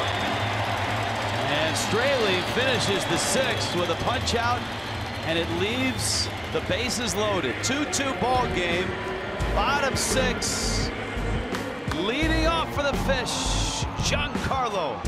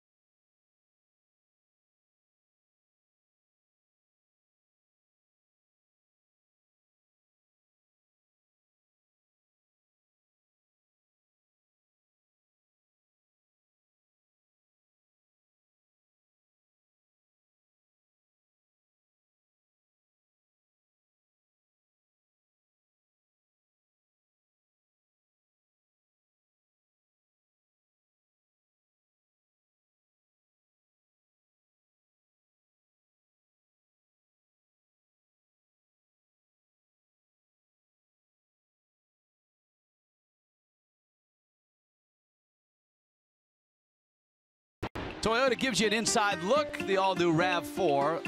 Biggest jump in OPS, on-base plus slugging, in Major League Baseball this season. Odubel Herrera for the Phils. That's pre and post All-Star break. Look at Stanton's jump.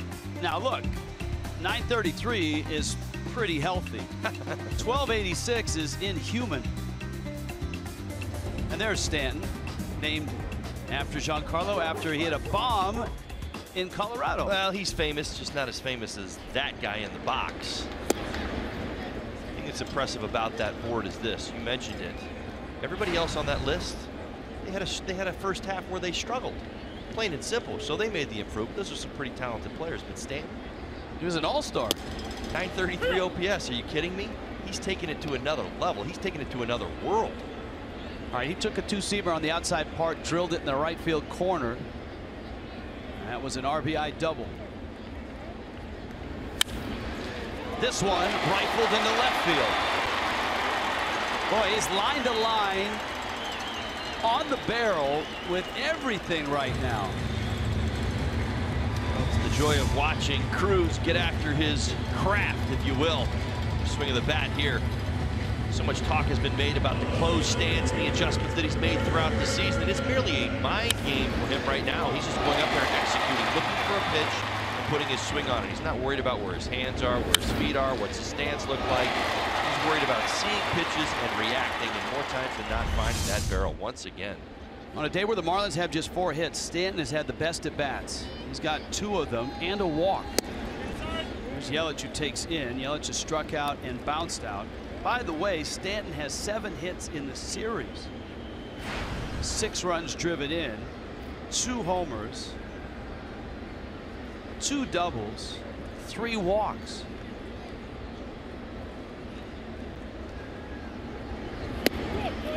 I know we've been talking about Rhys Hoskins and his week. I don't know, player of the week.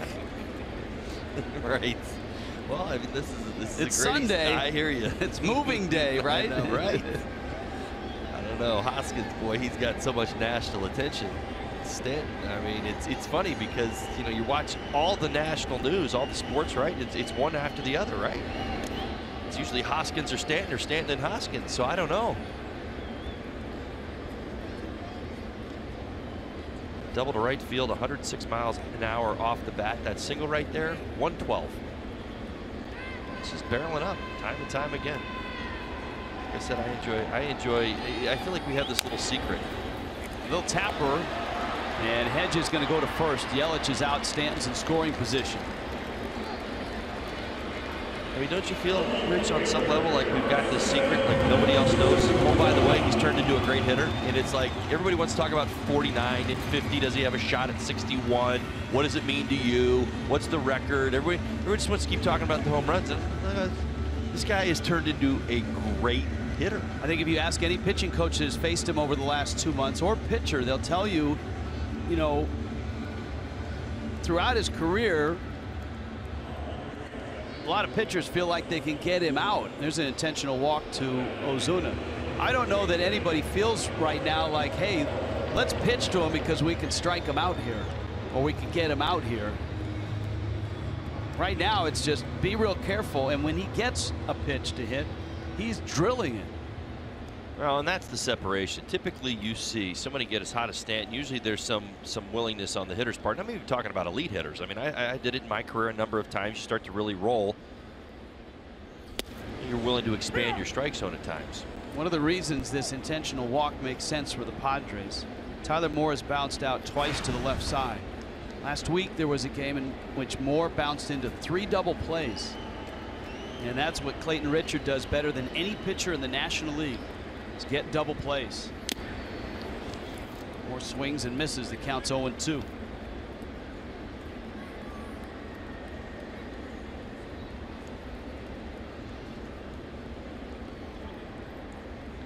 See that little motion that Richard made right there? I'm guessing he's going to try to go inside Tyler Moore. It's funny, if you watch a pitcher closely on camera, they communicate with their catchers an awful lot. Look in there when the hitter looks down, the hitter's kind of messing around in the box, cleaning things up, digging in, or whatever the case may be. A lot of times you'll see a pitcher, if you watch at home, pitchers will direct catchers an awful lot. You saw Richard do it a pitch ago.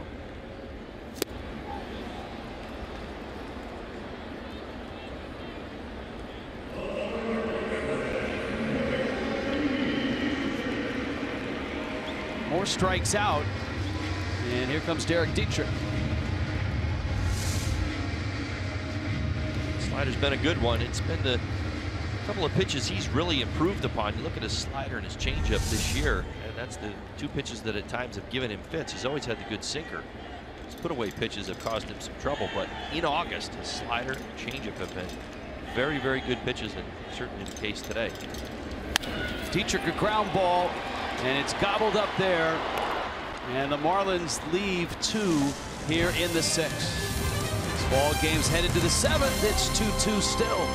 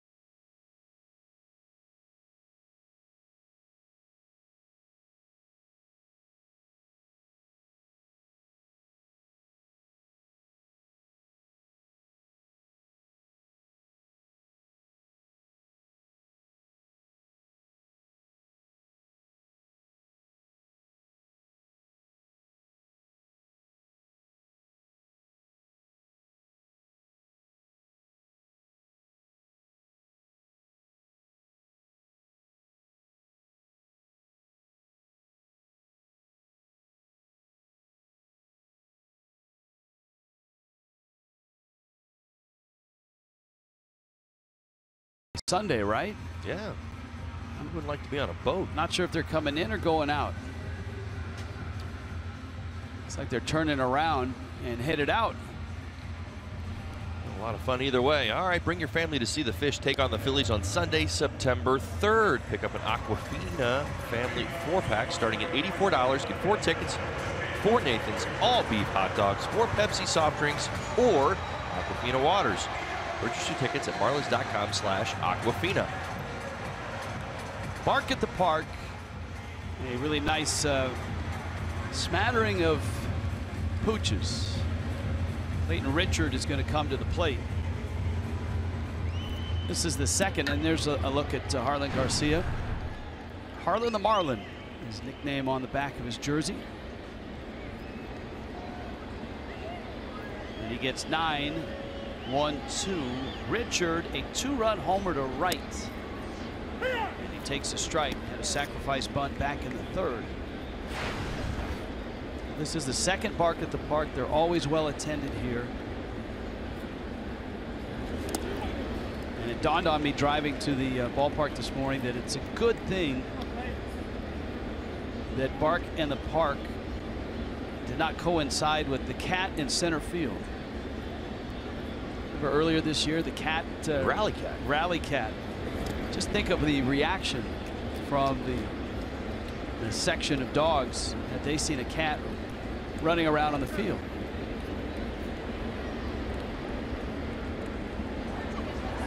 A lot of noise. Oh, look at that guy.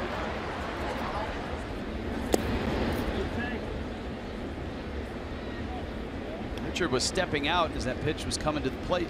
He's pretty convinced that changeup was coming, something down, and he's not swinging at it either way. Swings and misses there, and Garcia gets a strikeout. Harlan back out there. He recorded 5 outs in yesterday's ball game. Big part of the bullpen. Did an outstanding job yesterday. 5 innings, 3 hits, 7 Ks, no walks. Harlan back at it. No rest for the weary right now. Officially go time. That must be near there. That was the response Craig elicited from a couple of dogs a couple years ago. Yelich over to collect that. Caesar has a hit, and you got Speed at first now for the Padres. We haven't seen Jessica Blaylock and her dogs. I'm not sure if she's in attendance. She's on assignment. She's traveling. She will meet us in Washington, D.C. tonight. And Craig's nose to nose with Lemon. Could have ended in a much nastier way than it did. There were some words exchanged, some growls, some evil eyes. Suaje, Padres second baseman, 0 for 3.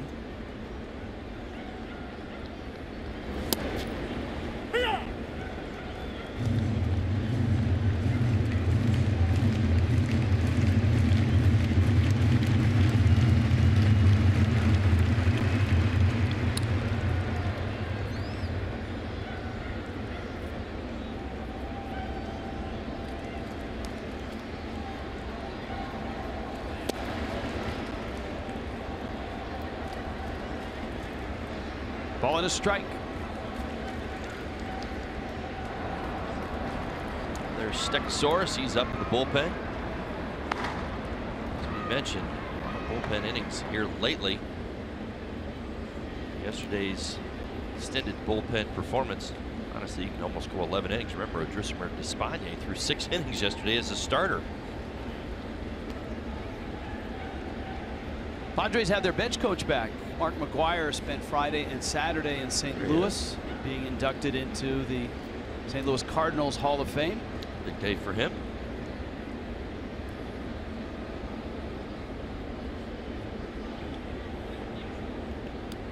McGuire was the hitting coach for Don Mattingly in Los Angeles. Now a chance to move up in the ranks as a bench coach.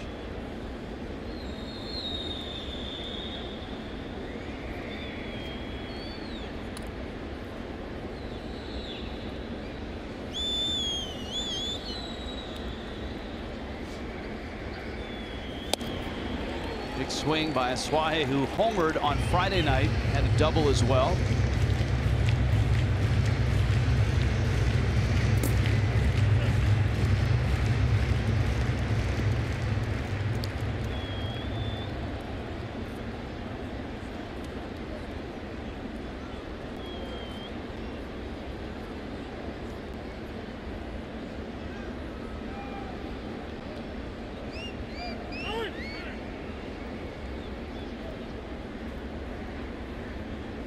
A little old school look. Certainly.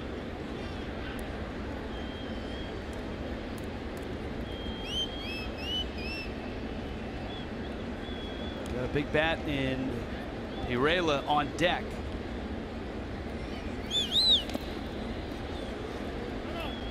Garcia trying to pound sliders in the dirt. There's Aguila Negra.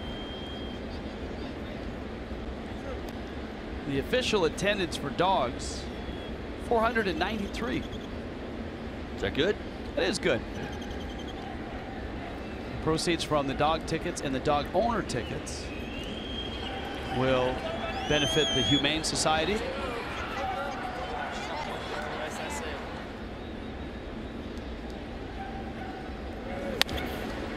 Breaking ball lined foul.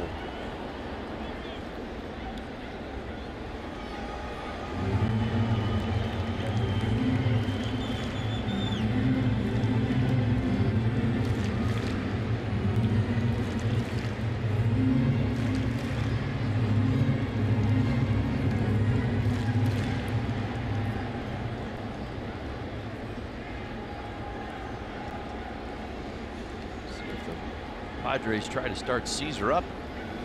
Right along. Aswahe handles the bat pretty well. Line to line. Drafted by the Red Sox. There's that ginormous dog. That's big. Aswahe drafted by the Red Sox out of Nova Southeastern. They came over the Craig Kimbrell trade. Runner goes, big jump by Caesar, fly ball left field. Ozuna back, pedaling, makes the catch. Having to re-tag and head back to first is Caesar, and he gets there. I'm sure the Marlins will look to see if he did re-tag or not. The second base umpire, Dana DeMuth, tells D. Gordon, who just trotted over to second, that he did retouch. Well, Caesar off. See him peek right there. He knows he has no idea where the ball is, and then picks it up. Helping the third base coach, has to retouch it on his way back around. Oh, you know what? That left foot, that's a reviewable play. It wasn't like he stepped on top of the bag. Just has to get the inside corner. Pretty convinced he did. Watch this pop up, makes his move to third base. Now he's going to come back, repivot, yeah, touch it right there on the inside. His way back to first. There was a play last week where the runner had to retouch the bag twice. Once on his way back to first, and then back around towards third. I don't think I've ever seen that. And I'm struggling to remember who it was. I believe it was a Marlin on his way around second and thought he had to go back to first, retouched, got across the bag, and then ended up going back to third. One foul back out of play. Now there you go. There's a foul ball up to the dogs. Ball's going to turn into a chew toy. No? Yeah. Give it to the young man. Give it to the dog. Give it to the young man.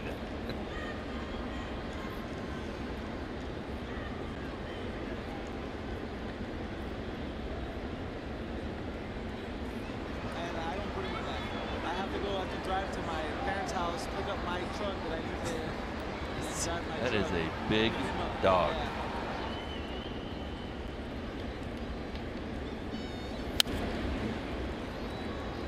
That one foul back.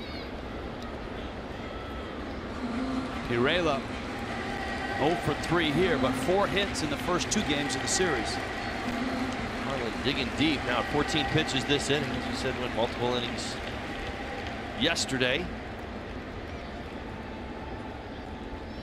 Mattingly staying with Harlan, showing him an awful lot of trust here. Second rider up in the bullpen. Going after Irela, the hotter Padres hitters. So far, so good.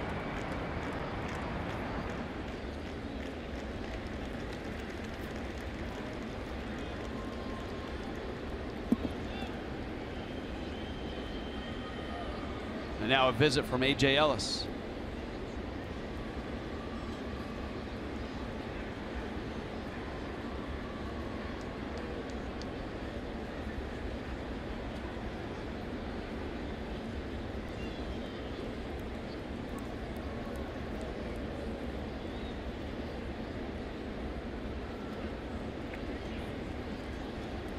Garcia trying to navigate the Padres here in the 7th. Keep it at 2-2. 0-2 on Pirela. Rolls that one foul.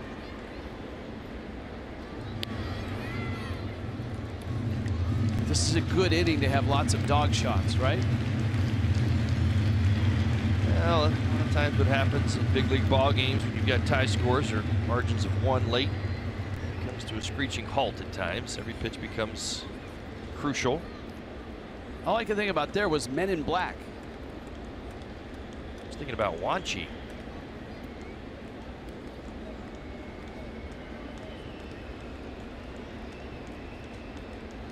O2 to left. Ozuna back now in.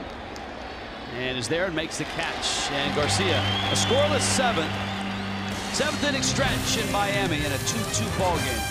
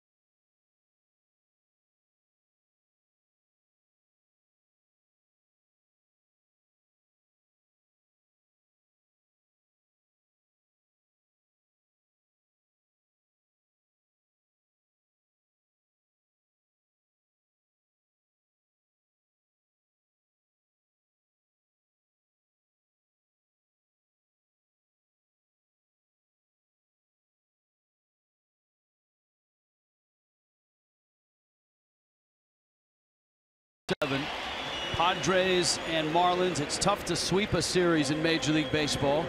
And that's what the Marlins have an opportunity to do here in a tie ball game.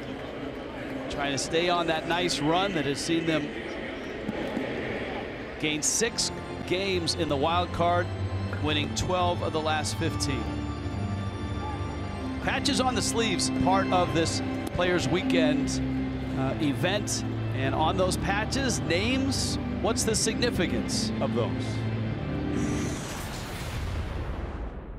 Abuelo, it means grandfather in English, and I feel like this was my my first coach, other than just my grandfather. He took me to the baseball field for the first time. He taught me the game of baseball, and I really appreciate him for everything he did in his life to make me where I'm at right now. My mom and dad. My mom and dad is like the guy give me the life, the life and everything. The guy I had to take care all the time. and they're my family. These are people that have helped you, you know, through your career to, you know, see where you are today. And that's my dad and my stepmother, Dina, and very thankful for them. They've raised me up, and glad to be able to put their name on the jersey. The idea was who you felt helped you get to the big leagues the most, and you know, I don't believe anything happens in this world without God, and my faith is very important to me, and also, you know, my family has been incredibly supportive along the way. There's been a lot of tough times, a lot of great times, and they've shared in both the good and the bad. That's very cool. I like that touch, and some players have changed them. I know Ichiro changed his message from Friday to last night. Mom gets a lot of votes.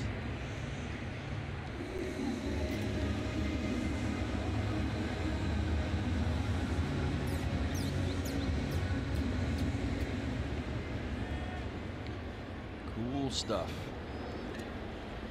A.J. Ellis in the box, and Ellis takes a strike. Ellis has bounced out a couple times. That's what Clayton Richard is really good at. He has 9 ground ball outs and has kept Miami quiet, except for that flurry in the 3rd inning. The 2-out bunt single by Gordon, the RBI double by Stanton, and a wild pitch which scored Stanton. That all happened in about a minute and a half, 2-minute time. Ellis lines one right at Dusty Coleman. We check in with Craig Minervini. Craig. Rich, you guys were talking about the tribute patches for Don Mattingly. His goes back to Little League, a guy named Pete Studer, who used to go to church with his dad. They would see him at church in the morning, and he was also his coach in his area for 4 years in a row. Pete was the coach in Little League in Indiana, and he always said to him, hey, when you get to the big leagues, you got to leave some tickets for me. And Don would laugh. He was only 9 and 10 years old at the time. Well, little did he know, Pete was from Yonkers, New York, 20 minutes from Yankee Stadium, and how a great day it was that Don talked about when he became a Yankee and actually left tickets for Pete Studer, as you see Aviles there with the hit. Headed for second, strong arm and right, and he is out. Jabari Blash with some help from Dusty Coleman on the catch and the tag. And Aviles trying to stretch it to 2. Is thrown out at second base. Great play by Blash. Certainly. I've seen his arm a few times in this series.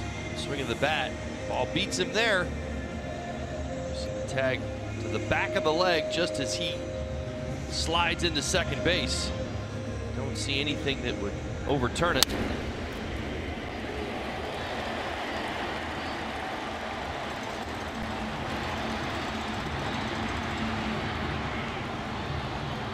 Marlins will not challenge.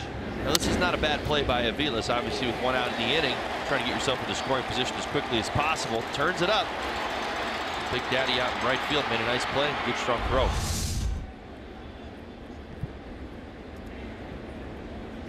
Tomas Talise will pitch hit against Richard. Clayton Richard's pitch count still manageable here. He's at 84 now. Working here in the 7th. He had a complete game 2 starts ago, so he's used to getting deep. He's got 2 complete games on the season.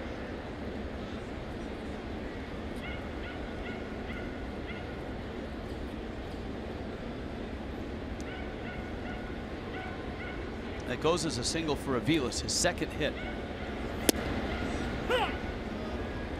Florida Lottery in-game jackpot. There's your ground ball leaders. It's a pretty big margin from first to second, where Mike Leake is.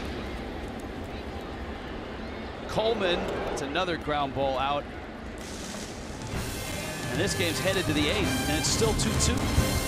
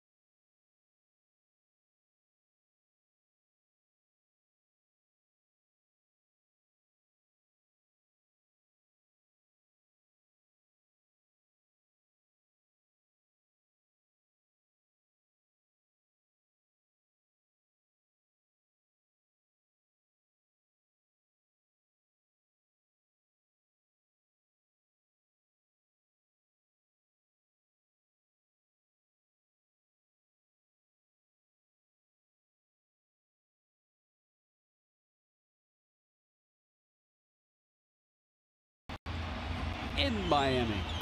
If you can't catch the Marlins on television, you can stream them live on your mobile device, Fox Sports Go. Just download the app, take Fox Sports Florida and Marlins baseball wherever you go.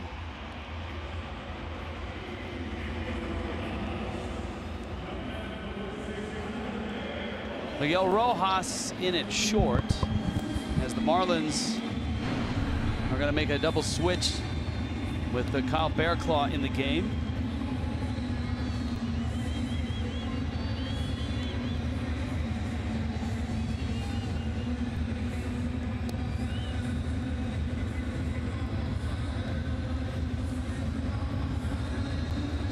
Stuff. Bearclaw of late. Throwing the ball very, very well. Although this actually might be straight up.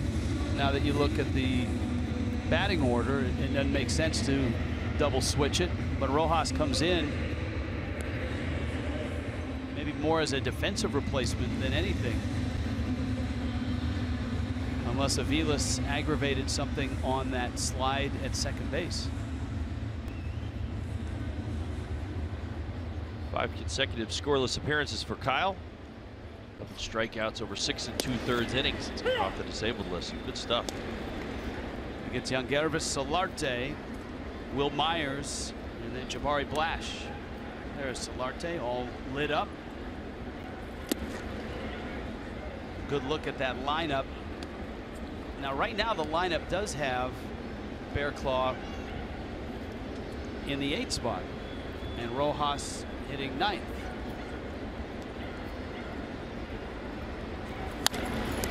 On the ground, Tyler Moore gets to the bag. Settle in tomorrow night. Max Scherzer, Jose Urena. Records identical. ERA, Scherzer's got the advantage there. Blue Eye was Max Scherzer's nickname for this Players Weekend. Marlins have seen him, whether he's homering or pitching or hurting his neck. Remember that start here? He homered, had a 6-0 lead. He left after 1 inning. Marlins came back and won that ball game. Eventually went to the disabled list, I believe, for the exact same reason. He's been on the deal twice for that neck. Right. Myers has seen nothing but breaking balls just about all day long. Aggressiveness early in the count.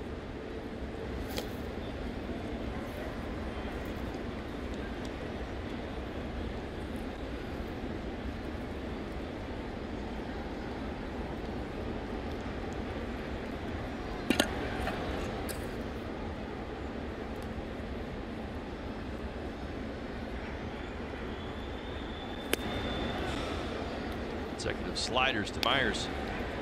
San Diego Padres team. 57-72 record coming into today. Much better at Petco Park, 33-30. So their struggles have been on the road, 24-42, 18 games under.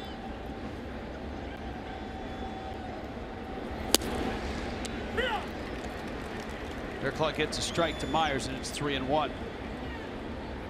This Padre team doing their best to dig deep. They've been on the road. Return home after today's ball game. Long flight back to San Diego. At the start of this trip, the Padres showing that, as we pointed out, they've been a .500 team for the last 3 months, and they went into St. Louis, beat the Cardinals in a series, and it was their first series win in St. Louis since 2011. Bearclaw comes back and with heat strikes out Will Myers. They're flexing his muscles in hitters counts. Afraid of throwing his fastball. It's a pretty good fastball hitter in Will Myers. Trying to get hit with the slider. Go back to the fastball, get back to the count, picks up the strikeout.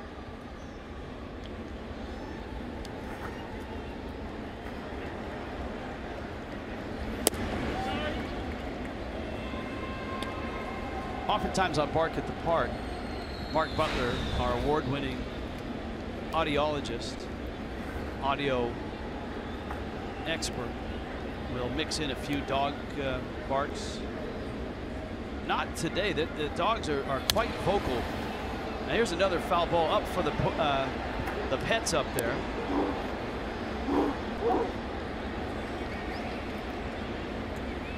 Now those two did not see the ball. There it is. Need more retrievers in that section. It's a strike. It's 1-2. Retrievers are about 10 to 12 years old. This is, you've got, yes, you're right, you do. You have a house full of them. That's right. This is as vocal a dog section as I remember. 1-2 coming. Bouncer, Rojas, right into the game, right over to first, and in time. 1, 2, 3. In the 8th go the Padres. Coming up for the Fish, top of the order, D. Gordon. Giancarlo Stanton. And Christian Yelich. Anybody reaches, Marcelo Zuna.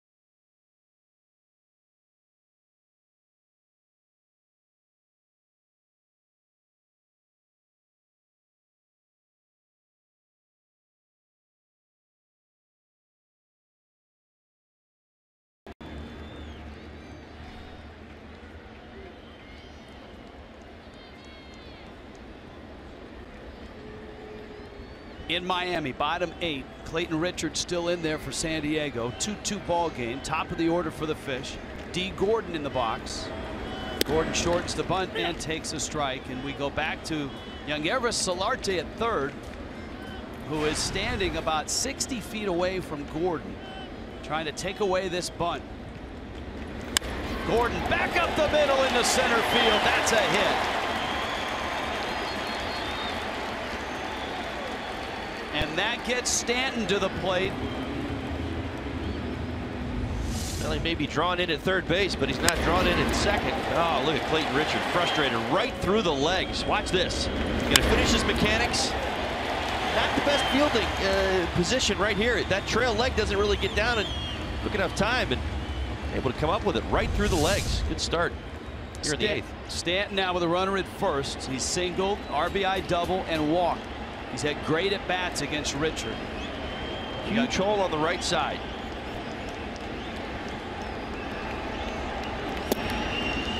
Stan takes a strike. Coors cold hard fact. Most homers in the 2 spot in a season. Stan at 38. He's joined by Jay Bell, A-Rod, and Josh Donaldson. Of course, we're not even in September at this point. His swings in this ball game have been outstanding. The line drive down the right field line to knock in the first run of the game, and then the line drive that shot through the infield on the left side in the 6th.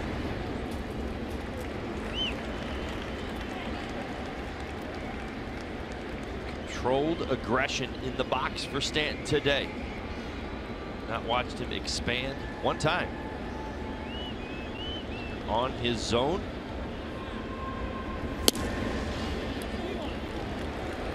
Such a fantastic job on the 2-hole. 38 homers, 75 RBIs, 81 games, 2-hole in the lineup. 310, 414, 735. Triple slash line. Oof, has been the best, in my opinion. Stanton drives it, center field deep. Back goes Caesar. Gone! 50! Vaporized to center. Miami takes the lead. And Giancarlo just keeps on crushing.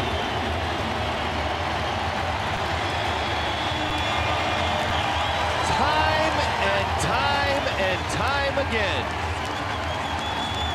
given the opportunity to change the course of a baseball game, waiting for a pitch and delivering. Giancarlo Stanton has done it all afternoon. Clayton Richard, as good as he has been, one hitter in this building has been better all afternoon. Cruz does it again. Yeah! Curtain call from Giancarlo. Crowd still on their feet. Great to see that. Congratulations on number 50. How about it? Slider. You heard me talking about it a little bit earlier in the ball game. It's been a much improved pitch for Clayton Richard, but not this one. Not on this day. The Marlins needed a hero. So far they've got one. Yelich, that's a fair ball. Down the line it goes. Yelich racing for second. Blash has it. Yelich not stopping. On his way to third, and he's got the triple. Ball gets loose. Yelich coming home. He's gonna score. 5-2 Miami. 23,000 people here at Marlins Park are on their feet. They're loving what they're seeing right now. How about it? That's a Little League home run. Sure is. Why not? They got the pullovers on, right? Great at bat. Had been seeing two-seamers in on his hands all day long. Finally gets his hands through, able to get what he can handle. A little bit higher up in the zone. Rips it down the line. Now, Big Daddy, he was playing way over. He wasn't ready for that one. Yelich kicks it into high gear. Look at the read. Great base coaching by Freddie Gonzalez right there, directing him the entire time. For Clayton Richard. 5-2 Miami. Florida lottery called to the pen. What a ride this is.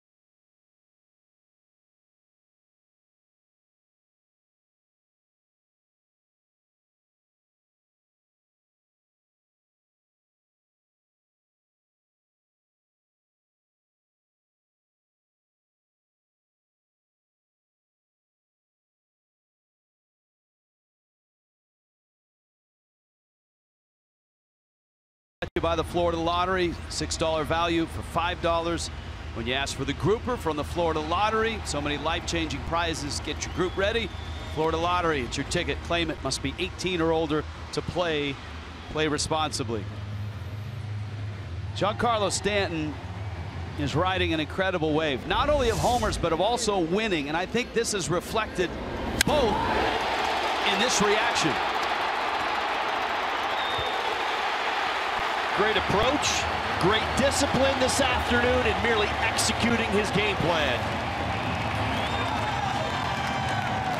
2007 is the last time anyone hit 50 homers in Major League Baseball, and Stanton with a curtain call has arrived at 50, and this season is still not in September.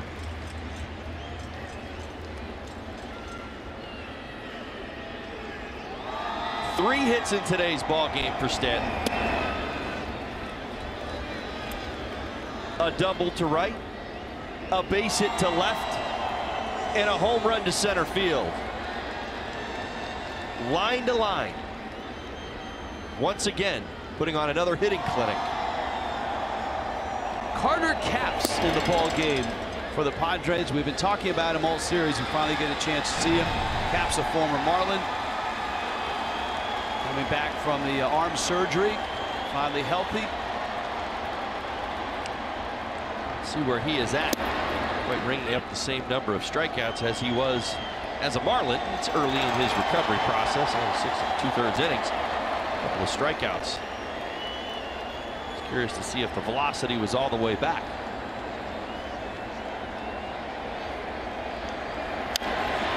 Ozuna, high fly ball to left. Pirela is there, and he makes the catch. You can commemorate this inaugural Players Weekend at MLBShop.com with limited edition Marlins jerseys and t-shirts featuring player pick nicknames. Wear the gear the players are wearing on the field this weekend. Available while supplies last at MLBShop.com.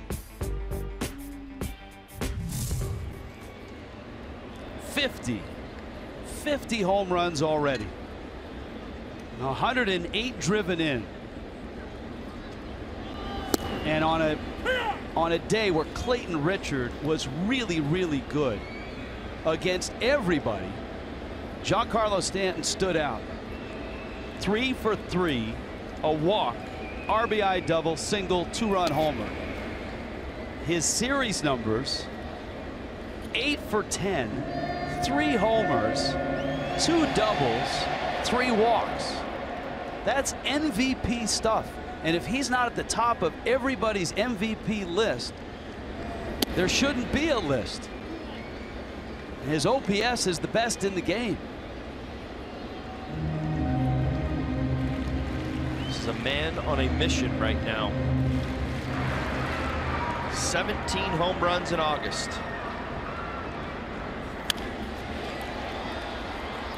Tyler Moore, bouncer to short. Coleman over to first. And the second out here in the 8th. Brad Ziegler getting ready for the 9th inning.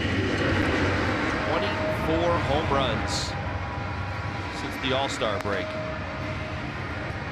Well, we can start adding up the numbers, and they just roll out, and each one makes your jaw drop. 29 homers in his last 46 games. A dozen homers his last 17 games. 17 homers his last 23 games.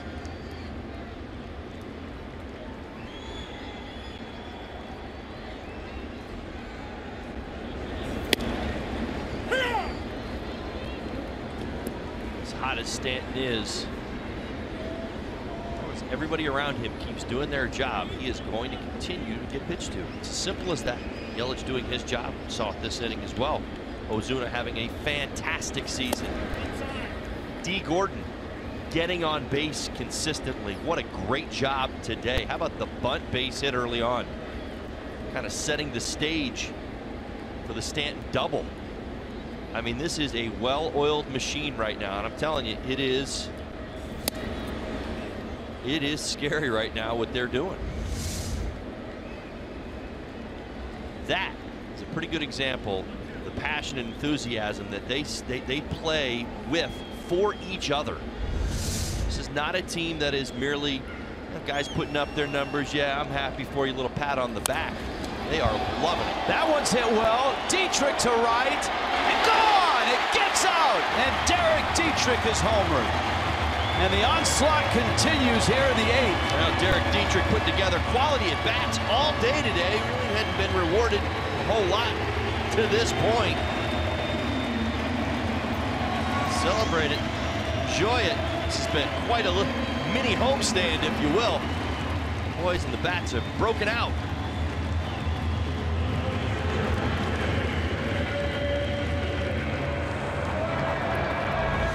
Watch Derek go way out of the strike zone. Oh, this is a whole ball and a half, 2 balls down. Working that low zone. Good swing, good extension. Just enough. Run number 8.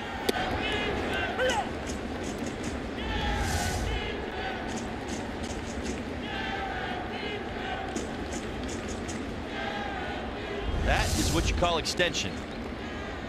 Top hand come off the bat to get a little bit longer through the zone.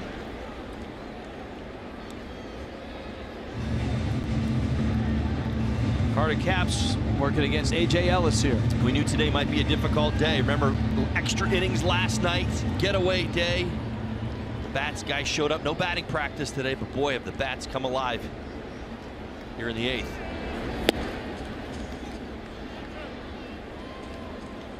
Capps misses with the slider. Now remember, with Carter Capps, one of the questions was always delivery.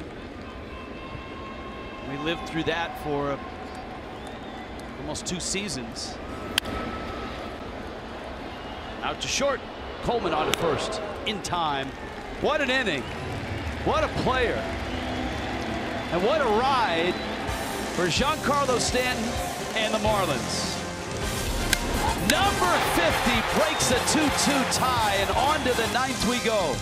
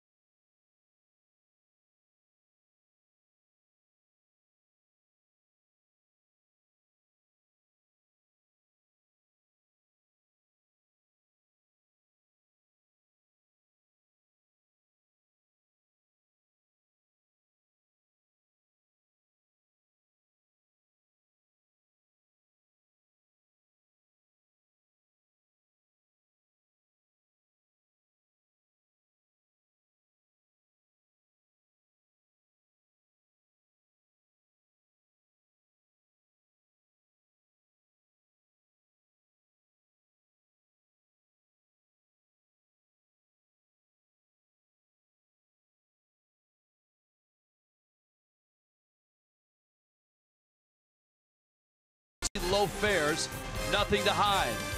By the all-new Jeep Compass. Now by your South Florida Honda dealers, hurry in to the Summerbration sales event today.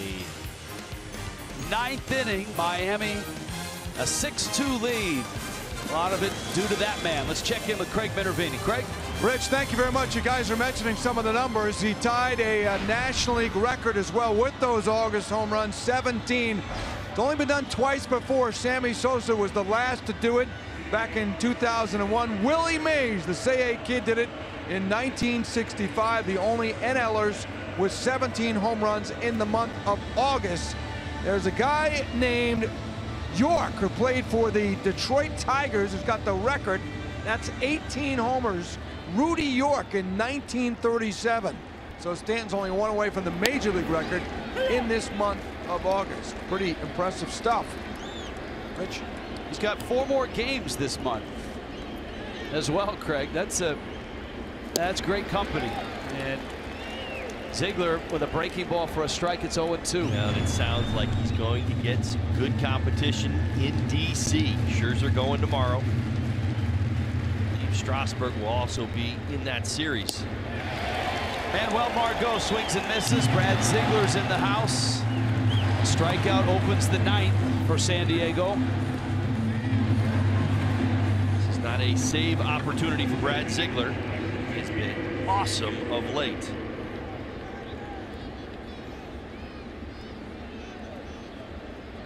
Nine for 9 in save opportunities since coming back.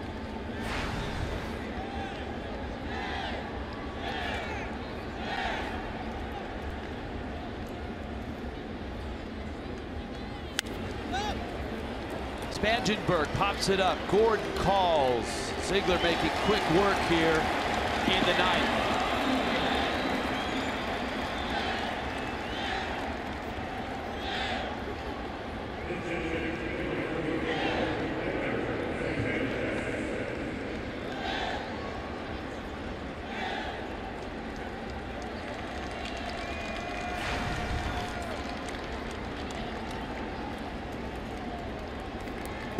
Sanchez a double in yesterday's ball game.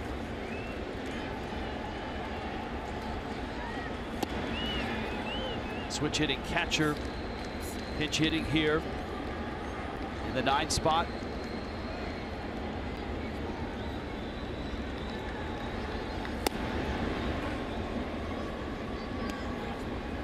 And the Marlins will head to Washington, D.C. for Max Scherzer, and in all likelihood Steven Strasburg in a series. Ground ball, Gordon. Got it! Ball game! And a series sweep.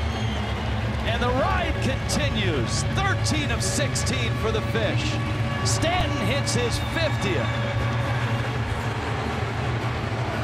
Marlins dug deep in this one. Battled a tough Clayton Richard. But come out on top with a big day from Stanton. A very nice day from Dan Straley. Giancarlo Stanton will join us when we return at 6-2 Miami.